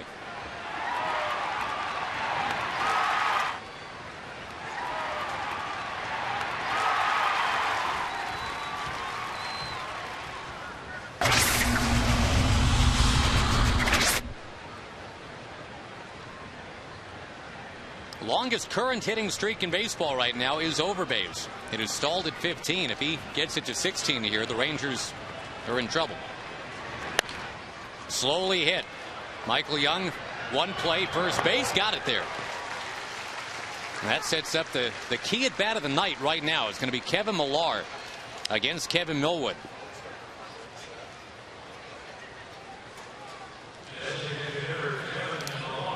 Mike Maddox will head to the mound to make sure that they are approaching the Millar at bat correctly. The Blue Jays had 2 men on in the first with 1 out. Single by Hill, single by Rios. Kevin got Wells and Lynn, 2 tough hitters to end the second. Since that time, they've only had 1 base runner. That was Hill's double with 2 outs in the third.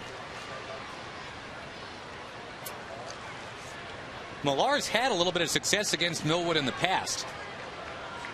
16 for 41 is a .390 batting average.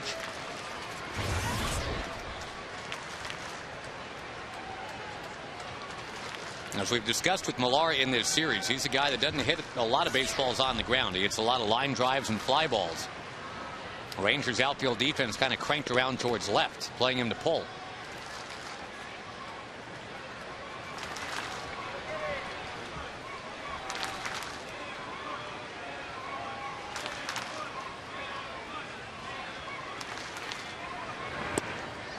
First one is strike one.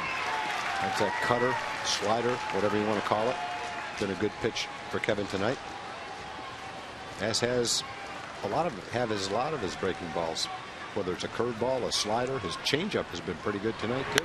There's another slider. There's one of those fly balls off the bat of Millar. It's deep to left, but not deep enough. Murphy has got it. And at the stretch in Arlington tonight, Millwood and the Rangers leading 1-0.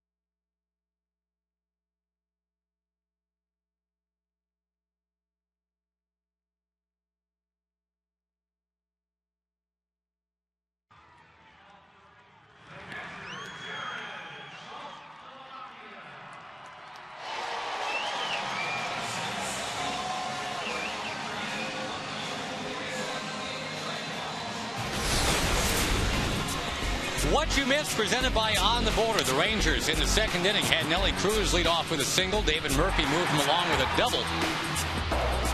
And then the only run of the game so far coming in on this sac fly from Marlon Byrd.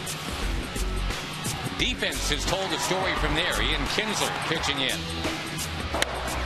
Kevin Millwood getting it done. And of course Elvis Andrus into the crowd. Michael Young too. Rangers 1, Blue Jays 0. We're in the bottom of the 7th inning. And a gorgeous North Texas sky tonight. Crowd of a little more than 16,000. Seeing if the Rangers can bounce back. They have lost the first 2 games of this series. They're getting ready for the Dodgers, who arrive here tomorrow. Now trying to further dent Ricky Romero, who has not done a bad job tonight, Mr. Grieve. No, as we've said several times, he can pitch. Not a real hard thrower. His fastball's 90-ish, but he's got a good changeup, good slider, keeps the ball down, moves it around a little bit. Talked about him giving up 7 home runs in his last 3 starts. He's kept the ball in the ballpark today, although there's been 4 or 5 balls hit really well by the Rangers earlier in the game. Didn't seem to carry very well, but they were all hit well. Run down by the Blue Jay outfielders. And he had a jam in the 5th, 2 on, 1 out. Kinsler and Young coming up, and he got both Ian and Michael to end the threat in the 5th.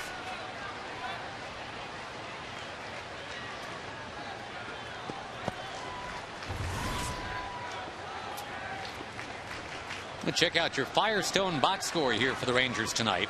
Only 4 hits for both teams.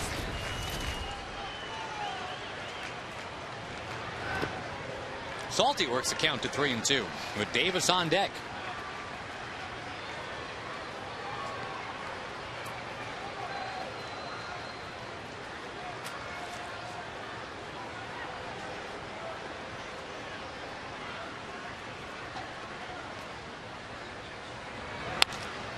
In the air left field. Well, that looks like pretty much every at bat from the other night. Fly ball to somewhere in the outfield. It didn't quite get out. generally with the Ranger hitters, as you see Jesse Carlson and Jason Frazier warming up, generally what that means with guys that can hit the ball out of the ballpark is they haven't hit the ball on the good part of the bat. On that particular one, Jared was a little bit out in front of it, kind of hit the ball off the end of the bat. And so that's a credit to the Blue Jay pitchers. Brian Tallett the other night and Ricky Romero tonight pitching a similar type game.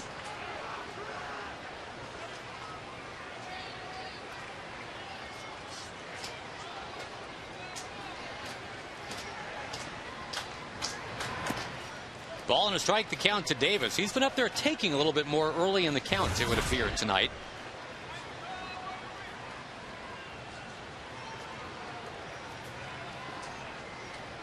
Chris with a walk in the fielder's choice this evening.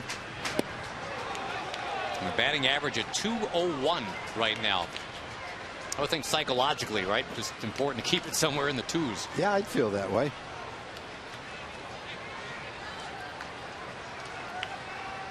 Don't want to dip below that Mendoza line. Named for Mario Mendoza about a generation ago. People seem to like, well, I don't know how Mario Mendoza feels about it, but people like talking about the Mendoza line.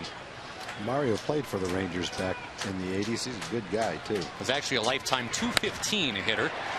That ball travels towards the corner. Chris Davis, fair ball.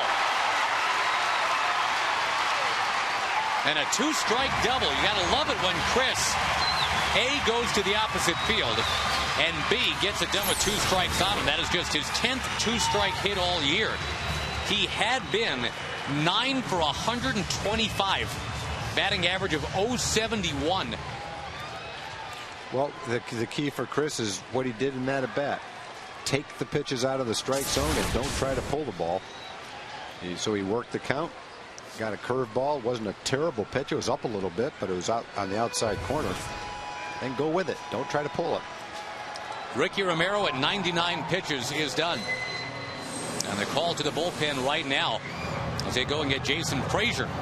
Rangers trying to pump it up from a 1-0 lead here, bottom 7. We'll come right back after this.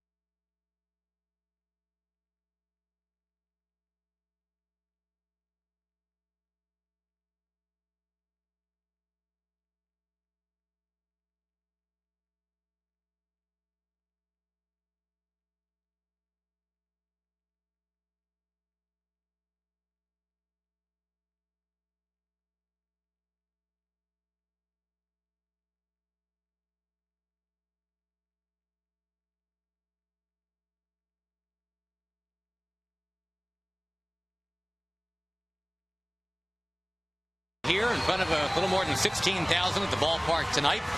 Chris Davis, the runner at second base, and the call to the bullpen. The Verizon call to the bullpen. The former Southern Illinois Saluki, Jason Frazier, is into the game, the 31-year-old reliever. Having a real good year, too. He's 4-0. Solid ERA. Opponent's batting average 194. Only 3 walks in 21 innings. Saw him the first night in. He pitched well in that ball game.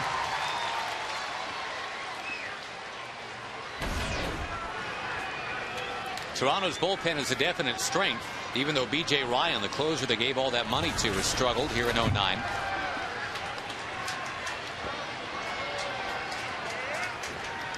Well, you figure that's an important insurance run to get out there at second base. A 1-0 lead for the Rangers here in the 7th. The youngest position player in Major League Baseball, Elvis Andrus.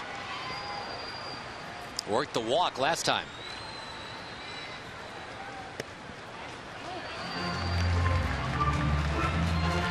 Elvis leading American League rookies in batting average and hits, runs, total bases. Pretty close to leading in stolen bases, too. Brett Gardner has a couple more. He had 3 in one game against the Rangers.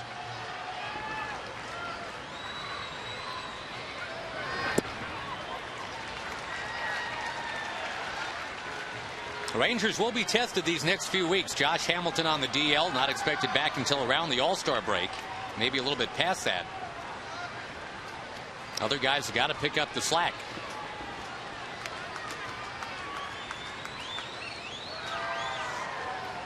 The surgery went well in Philadelphia. Josh happy to be back around his teammates, but really wants to be back swinging a bat.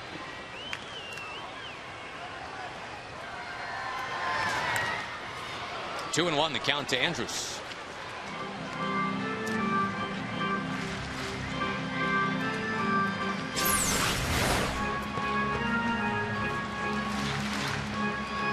Good pitch to hit, 93 miles an hour. Good velocity on it, and a good swing, too. Just fouled it straight back. One category in which Elvis does not lead among rookies is runs batted in, but that's solid, a dozen.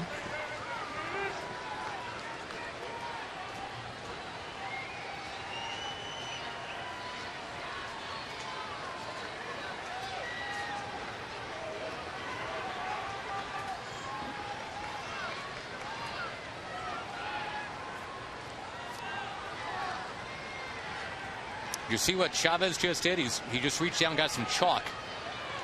So that I guess apparently couldn't see his fingers. Yeah, the fingers will be easier to see. A lot of times pitchers use tape. They'll tape up some of their fingers so you can see that.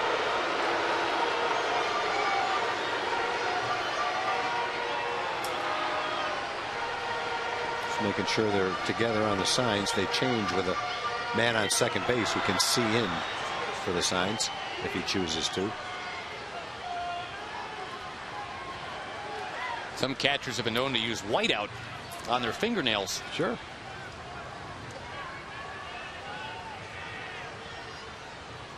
The 2-1. In there, 2-2.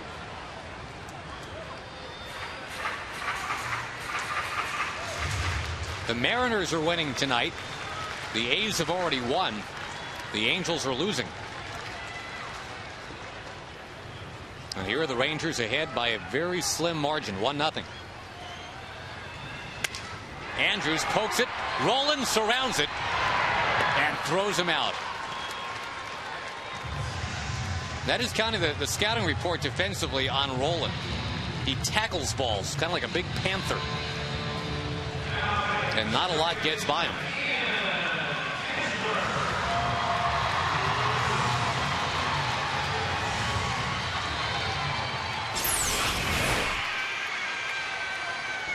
Big, stocky third baseman.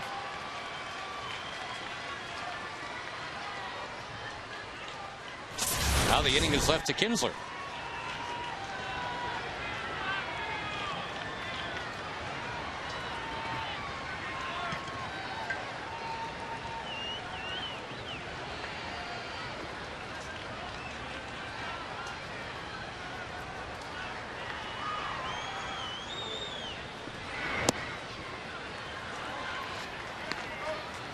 Remember, the Rangers haven't homered now in 3 going on 4 straight home games.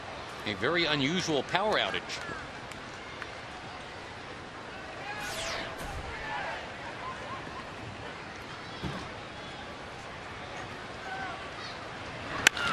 A smash, but foul into the crowd.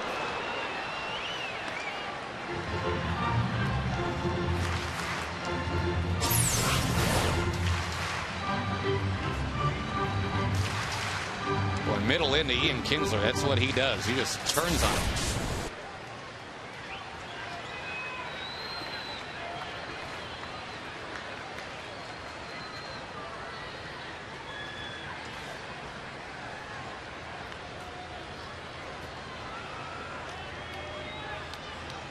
Frazier on in relief of Ricky Romero here in the 7th.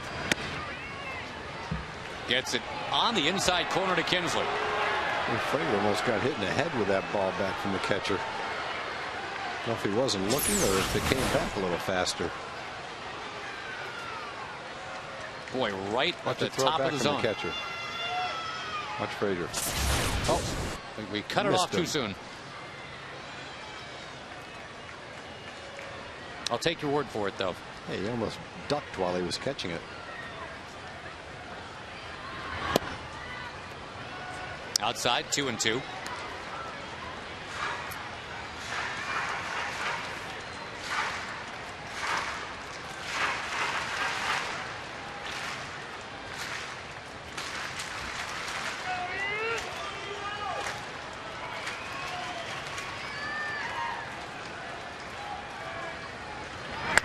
Another rocket foul. Another nice catch up there, too. No glove there. That was a barehanded grab. Ranger shirt, Ranger hat. It's like he didn't hit that ball off the good part of the bat. I don't think he would have been barehanding it. Definitely played some ball in his day, though.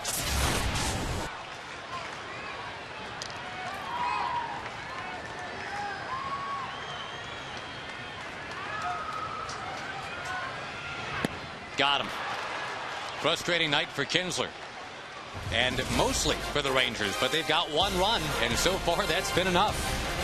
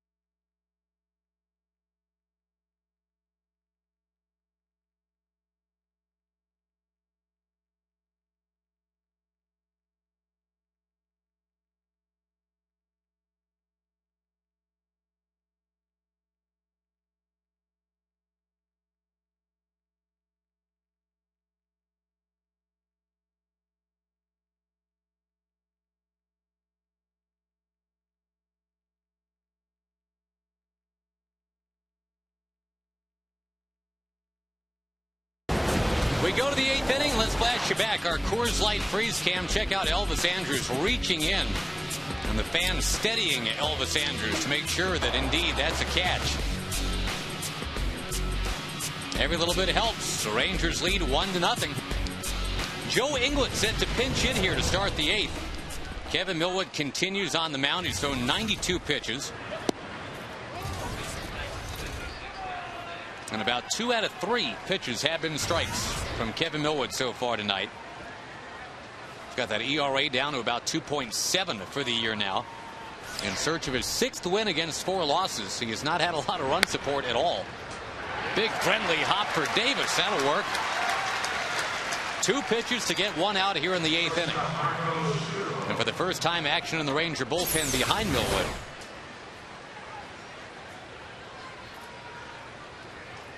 Yeah, with Darren O'Day throwing down there, it just tells you that Frankie Francisco's not available tonight. Otherwise, C.J. Wilson would be throwing in the 8th with Frankie getting ready for the 9th. And it's a shame Frankie's not available. The last time he pitched was probably the best he's ever thrown. He was throwing the ball 96 to 98 miles an hour with a curveball and a splitter that were unhittable.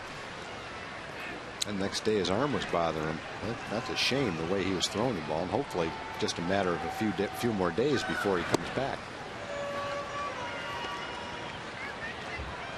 Well, again, the Rangers kind of in survival mode right now. Hamilton with those 130 runs batted in from last year, gone for probably 4 weeks, 5 weeks. Frankie Francisco is shut down for now, it would appear.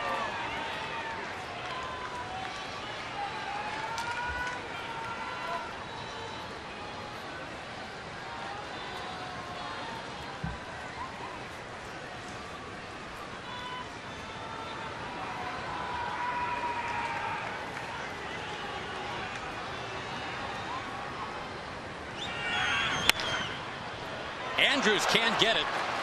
Marco Scutaro is on as the tying man here in the 8th inning. Let's quickly go to Dana Larson. Well, coming up after the game, Josh, Matt Harrison is getting close to returning. We'll update his rehab start in San Antonio tonight. Plus, 2007 first-round pick Blake Bevan has been promoted to Double-A Frisco. We'll get Mark McLemore's thoughts on his rise through the minor league ranks. Join me and Mac for much more. It's coming up right after the game on Rangers Live. All right, Dana, thank you very much. The Rangers have turned a lot of double plays this year. They could use one right about now. Aaron Hill leads the league in hits. He's got 2 tonight, 82 for the year. And he's the go-ahead man here in the 8th inning.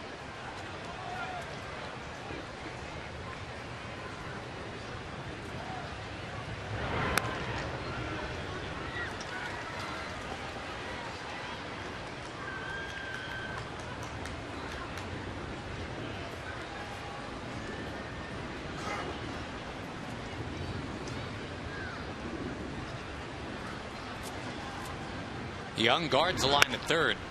A curveball slapped foul.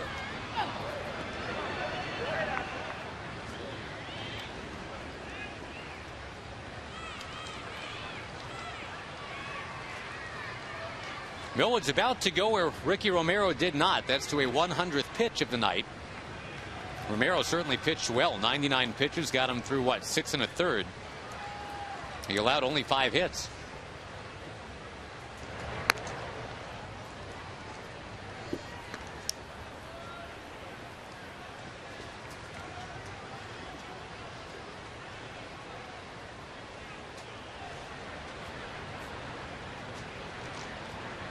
Once again, Kevin, very deliberate. And we'll go and make sure that the clay is out of the spikes. Gives us time to run through the scores real quick. We mentioned Tampa Bay is having its way with the Angels. It's 11-1 now in the 8th inning. Carlos Pena's hit number 19. Evan Longoria's hit number 14. Navarro is homered. Carl Crawford is homered. Breaking ball, strike. Well, Kevin continues to do what he's done all night long, and that's use all his pitches. Jack in the Box shows you the AL West standings. Seattle tonight winning its game 6-3 in the 9th.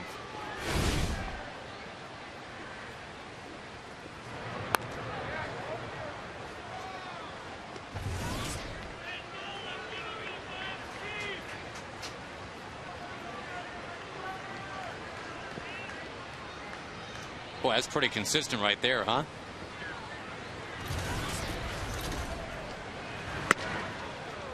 One and two now to Hill. It really hasn't helped Millwood that the Rangers have now gone, let's see, 0 for their last 9 with men on base. The only run that's come in was on a sac fly. Very little margin for error all night.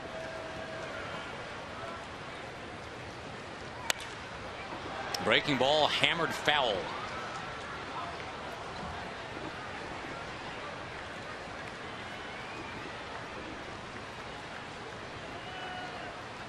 Solid contact all 3 times for Hill tonight with a single, a double, and a liner to right.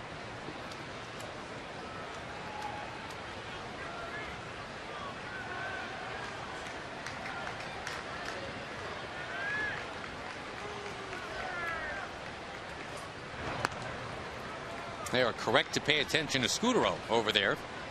Doesn't have great speed, but he figures a decent enough base runner that they might start him. 6 out of 10 stealing bases.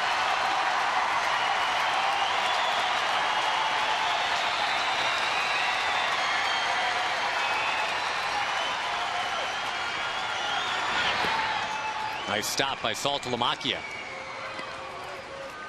Again, O'Day is ready in the bullpen. Alex Rios waits on deck. It's a pivotal at bat here with Aaron Hill.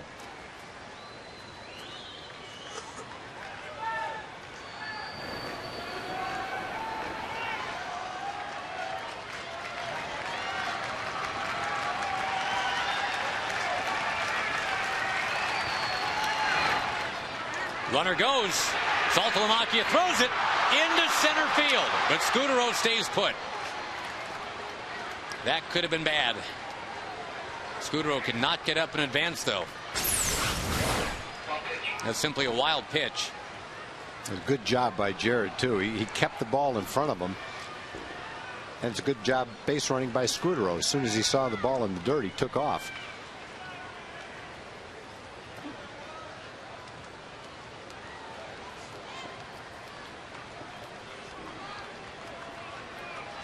Well, the count has gone full.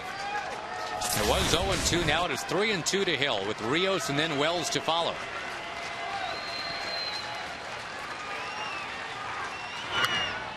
Beaten on the ground. He keeps going to that big curveball with Hill.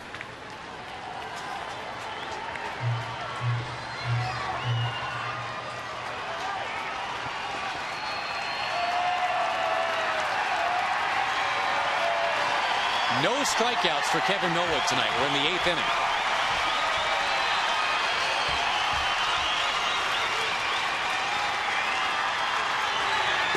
Is that the first one? Yes, it is. He got him. Well, he got him to chase the breaking ball. If you're a hitter for the Blue Jays tonight, you're well aware that you might get any pitch at any time in the count. First base is open then. But Kevin didn't want to put the go-ahead run on base.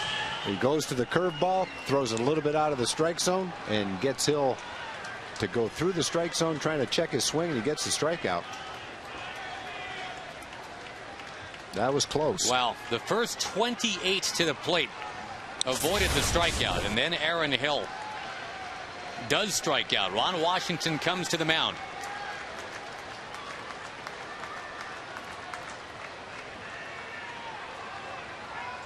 And takes the baseball. I think what he's saying is good job. 106 pitches, and he had to really bear down in that at bat to Hill. Threw everything he had to get through that at bat. And Ron wants to bring in a fresh pitcher and tell Kevin good job. Another great game. Now it's up to the bullpen. It is 1-0. Rangers in the 8th.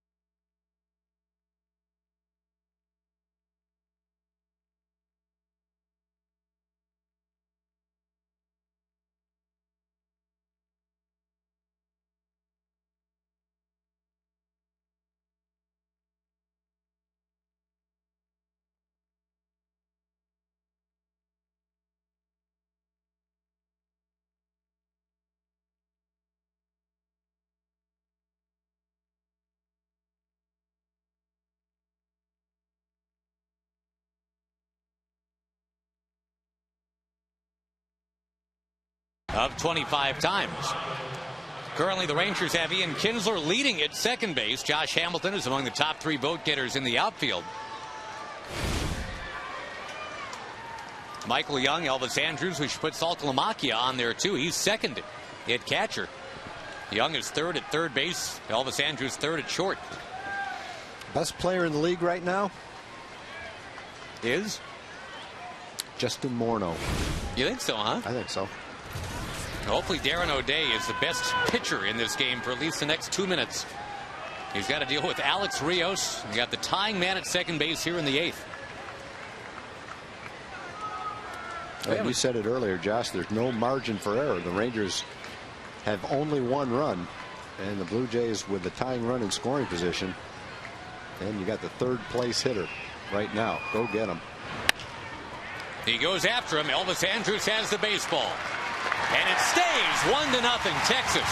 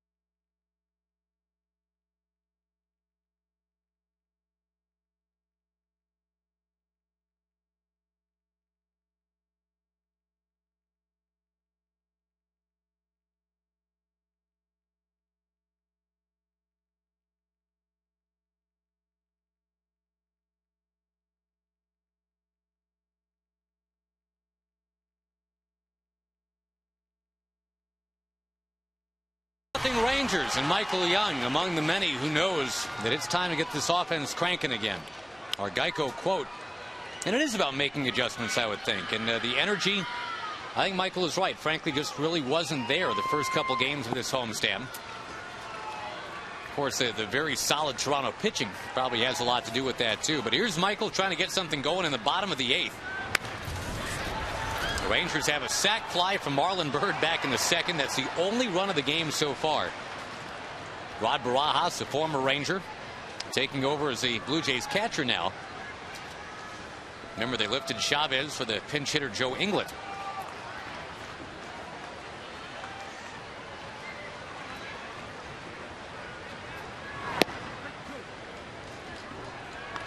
It is a rare extended offer for Michael. Hitless in his last 15 at bats. You've seen his batting average drop from .339 to .319.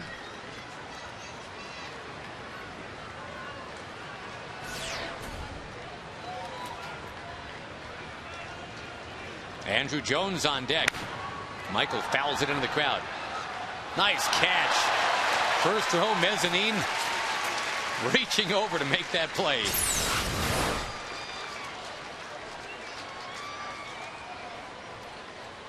An entire ballpark of Elvis Andruses tonight. You got a shot if you bring your glove. That's a tough play without a glove, though. Sat there almost the whole game. Nothing came his way. Thinking he's going home empty-handed. When you least expect it, here it comes. Wave and a miss. And Michael 0 for 4 tonight. Kinsler is 0 for 4 tonight. Andrew Jones so far is 0 for 3. So 0 for 11 from that top third of the batting order. So the Rangers have the lead.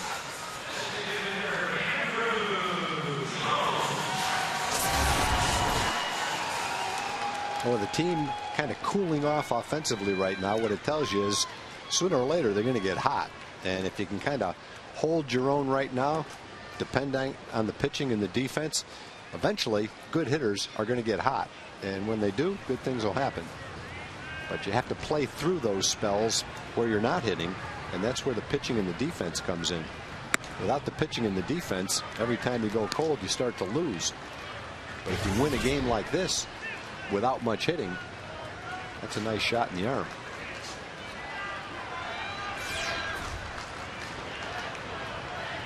Frankie Francisco not available tonight. Although, why do you really want a shot in the arm? Well, you know, you want a little boost and a little good feeling. I don't know why you'd really want a shot in the arm. That's just what we say. Yeah. C.J. Wilson is getting ready in that Ranger bullpen. Got some tough hitters coming up in the 9th inning for Toronto. Vernon Wells, Adam Lind, to Scott Rowland. Setting up a guy with a 15-game hitting streak, Lyle Overbay.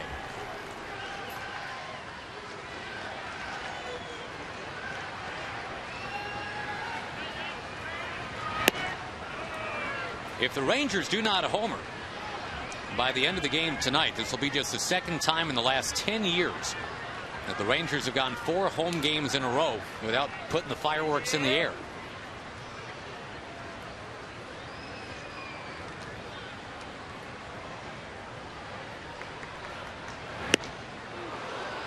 Andrew Jones, who tomorrow will see his old Dodger teammates roll on in. This is kind of a salute to the Dodgers tonight. You know, 1-0 game. Old school Chavez Ravine.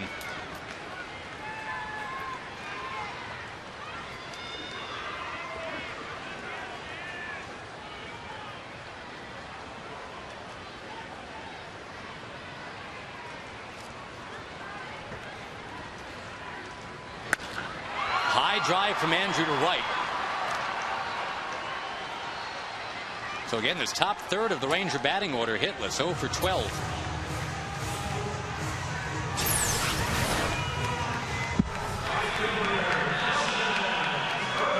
Andrew does not get a chance to swing against the Blue Jays that often, but he's now 2 for 34 lifetime against him.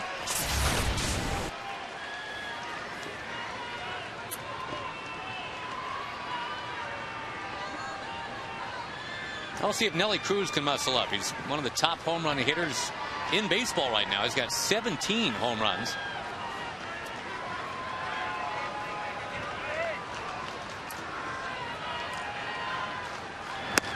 Boy, he was trying for number 18 right there.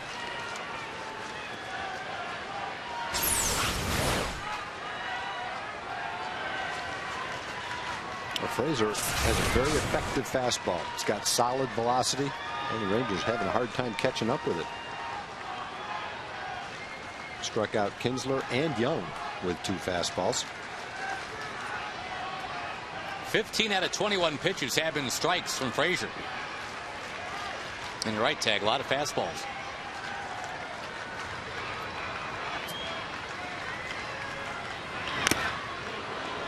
That one in there at 93. Cruz is behind 0-2.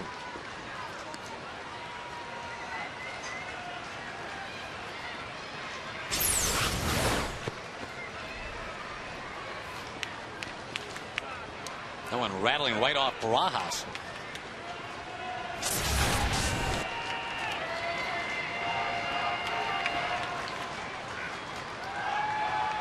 Hits are even, 5 aside. The Rangers were fortunate to bunch a couple of hits together. Cruz and Murphy back in the second.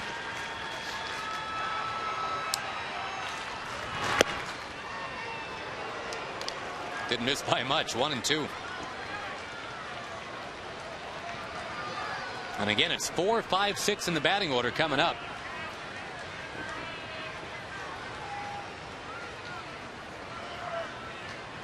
That's when Toronto bats in the top of the 9th. Ooh, look out. It hit Nelly Cruz. That wasn't a fastball. That was a splitter that got away from him.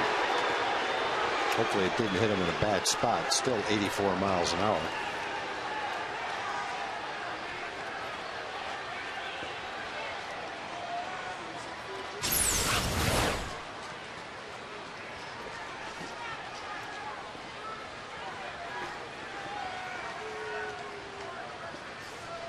forearm? Is that where it looked? Yeah, it looked like it glanced off his wrist. And it doesn't have to be going very hard if it hits you in the wrong spot on your wrist. Ron Washington and Jamie Reed both back to the dugout. Well, the guy that's been swinging the best all-around bat, the most line drives over the last several days, it's David Murphy. Now he's batting right here, trying to give the Rangers a larger lead to work with. No, it would make sense to make the call then. Are you in? He's my man. All right. The Houston native, David Murphy, 2 for 3 tonight. Can't let it go by after the fan put up the sign that said make the call. Almost let it go by. Yeah, you're expected to make the call at some point. Now, being right on the call is a whole different ballgame, but I can make the call.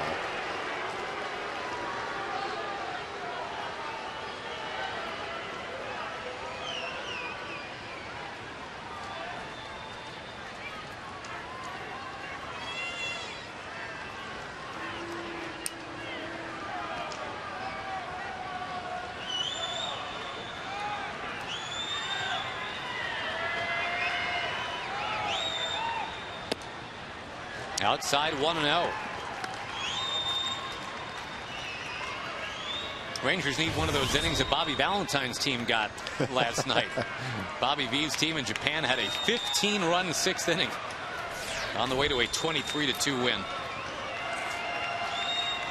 Big win for the Marines over the Carp. Marines should beat the Carp, really. One would think. A little more firepower. The Carp tend to just kind of flail around. I don't know how a Carp could fight. I know. A hitter's count here for David Murphy. Marlon Byrd on deck.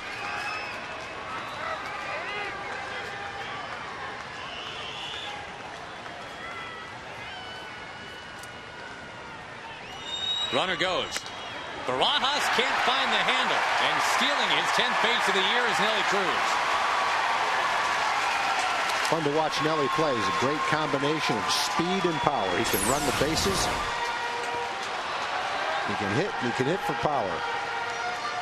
He's got a pretty good jump. Rod was trying to rush his throw to get it down there and just didn't get it out of his glove in time.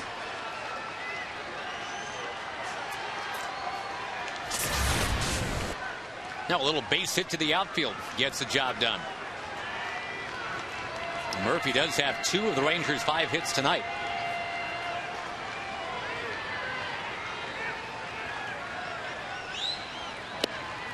That one scraping the corner.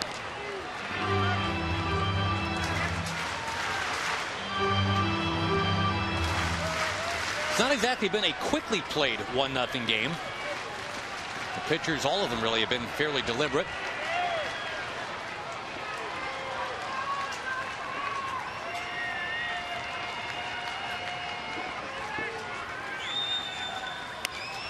Fouled by Murphy.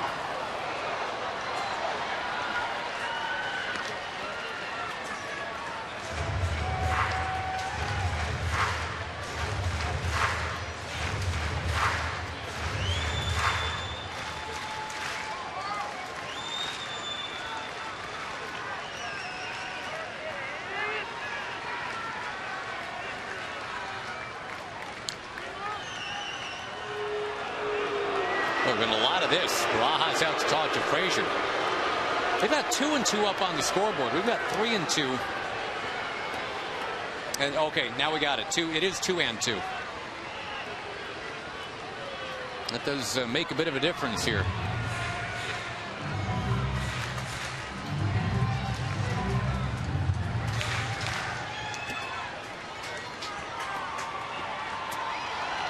The Angels have lost their game tonight. Got pummeled, in fact, 11-1. But the other teams in the West have won tonight. 2-2, 2-out pitch. Got him, strike 3.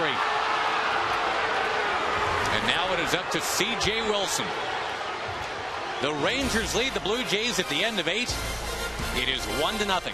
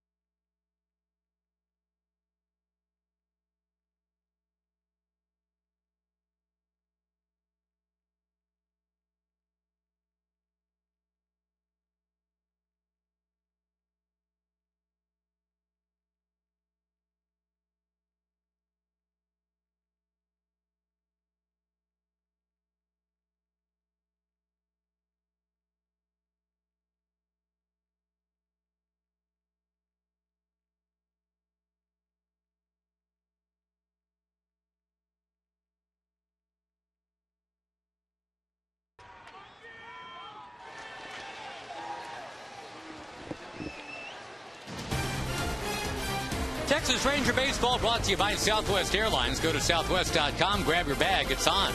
By Romano's Macaroni Grill. By Progressive. For a money-saving car insurance quote, call 1-800-PROGRESSIVE. And by your Texas Ford dealers. Check out the all-new F-150 and drive one. For now, Darren O'Day continues. You've got the lefty on deck, and C.J. Wilson is ready to go. But Darren O'Day, who has been quite a find for the Rangers, at least for now, he is going to get things going in the 9th inning in a 1-0 ball game at the ballpark tonight. Trying to zip it onto that corner. Vernon Wells watched it go by. It was close, but it's 2-0.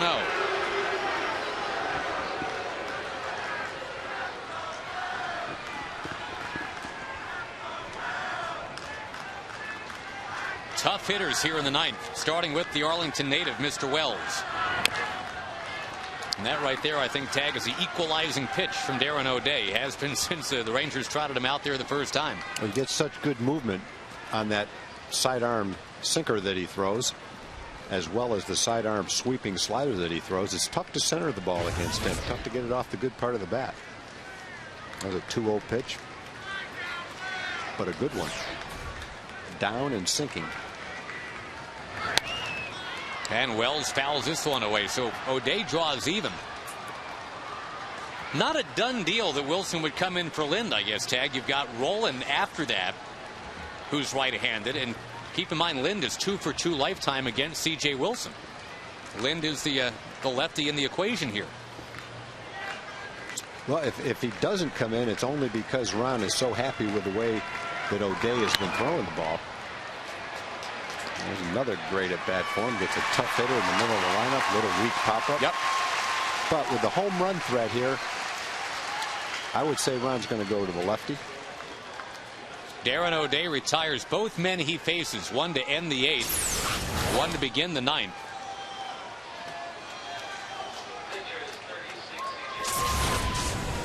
And the lefty-lefty matchup is what Ron Washington wants here. Again, Lind has been a very tough lefty. And CJ has to be equal to that. In a 1-0 game in the 9th. We'll come right back.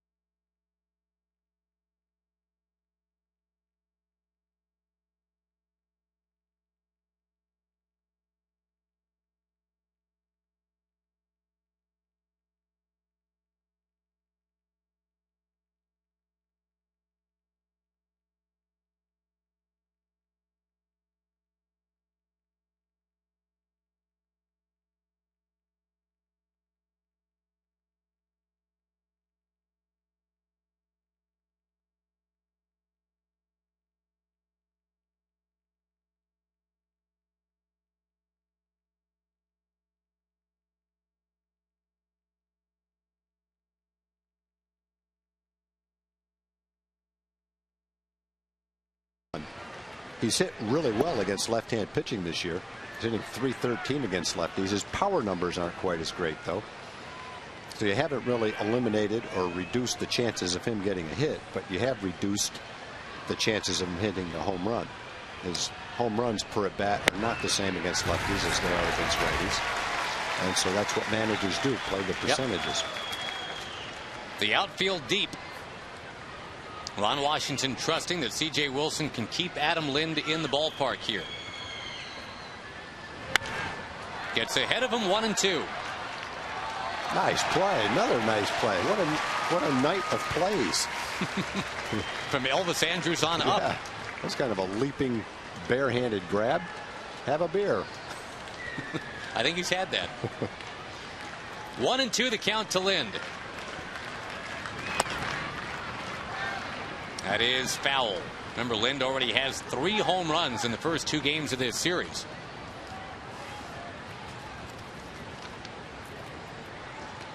The only run of the entire game way back in the 2nd inning. Single by Cruz, double by Murphy, sac fly from Bird.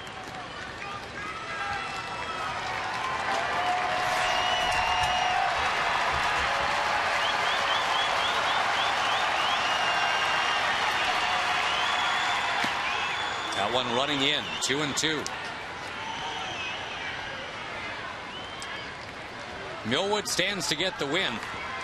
About 100 pitches for Millie tonight. Tagged. Fair.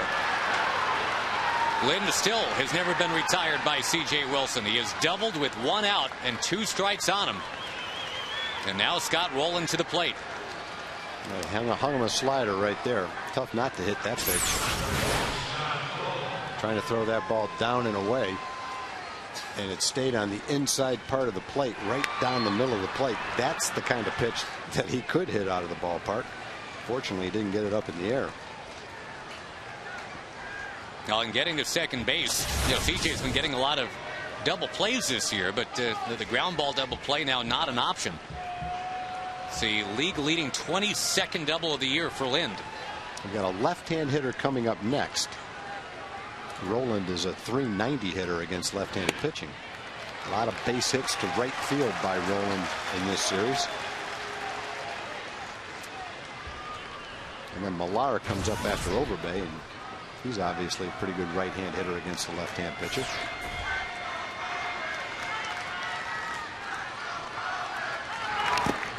CJ's ahead of him 0-2. That seems to be CJ's MO, the kind of the Mitch Williams, it's never easy 9th inning, but more often than not of late, he's been getting out of it.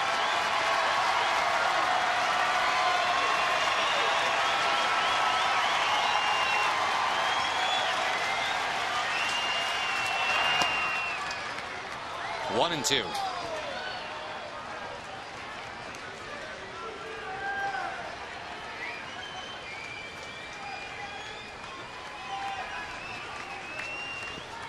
Real close, that last one, too.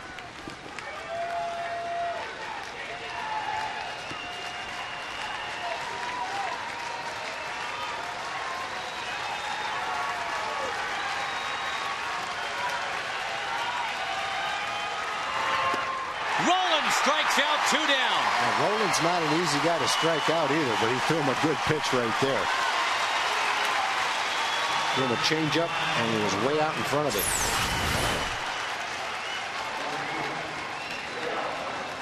Good pitch.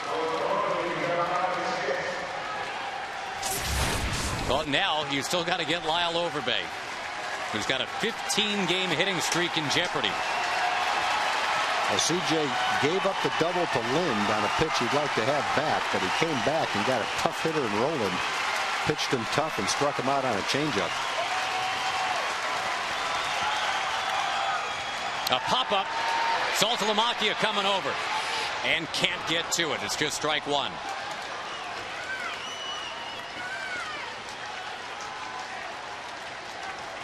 CJ doing a nice job getting ahead of these hitters, though. 8 of the 11 pitches he's thrown have been strikes. Yep.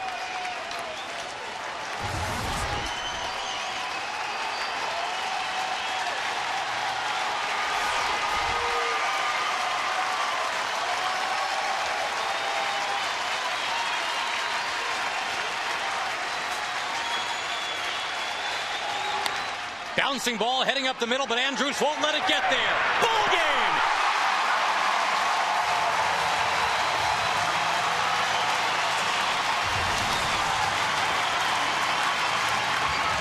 And the rarest of wins, the 1-0 experience in Arlington.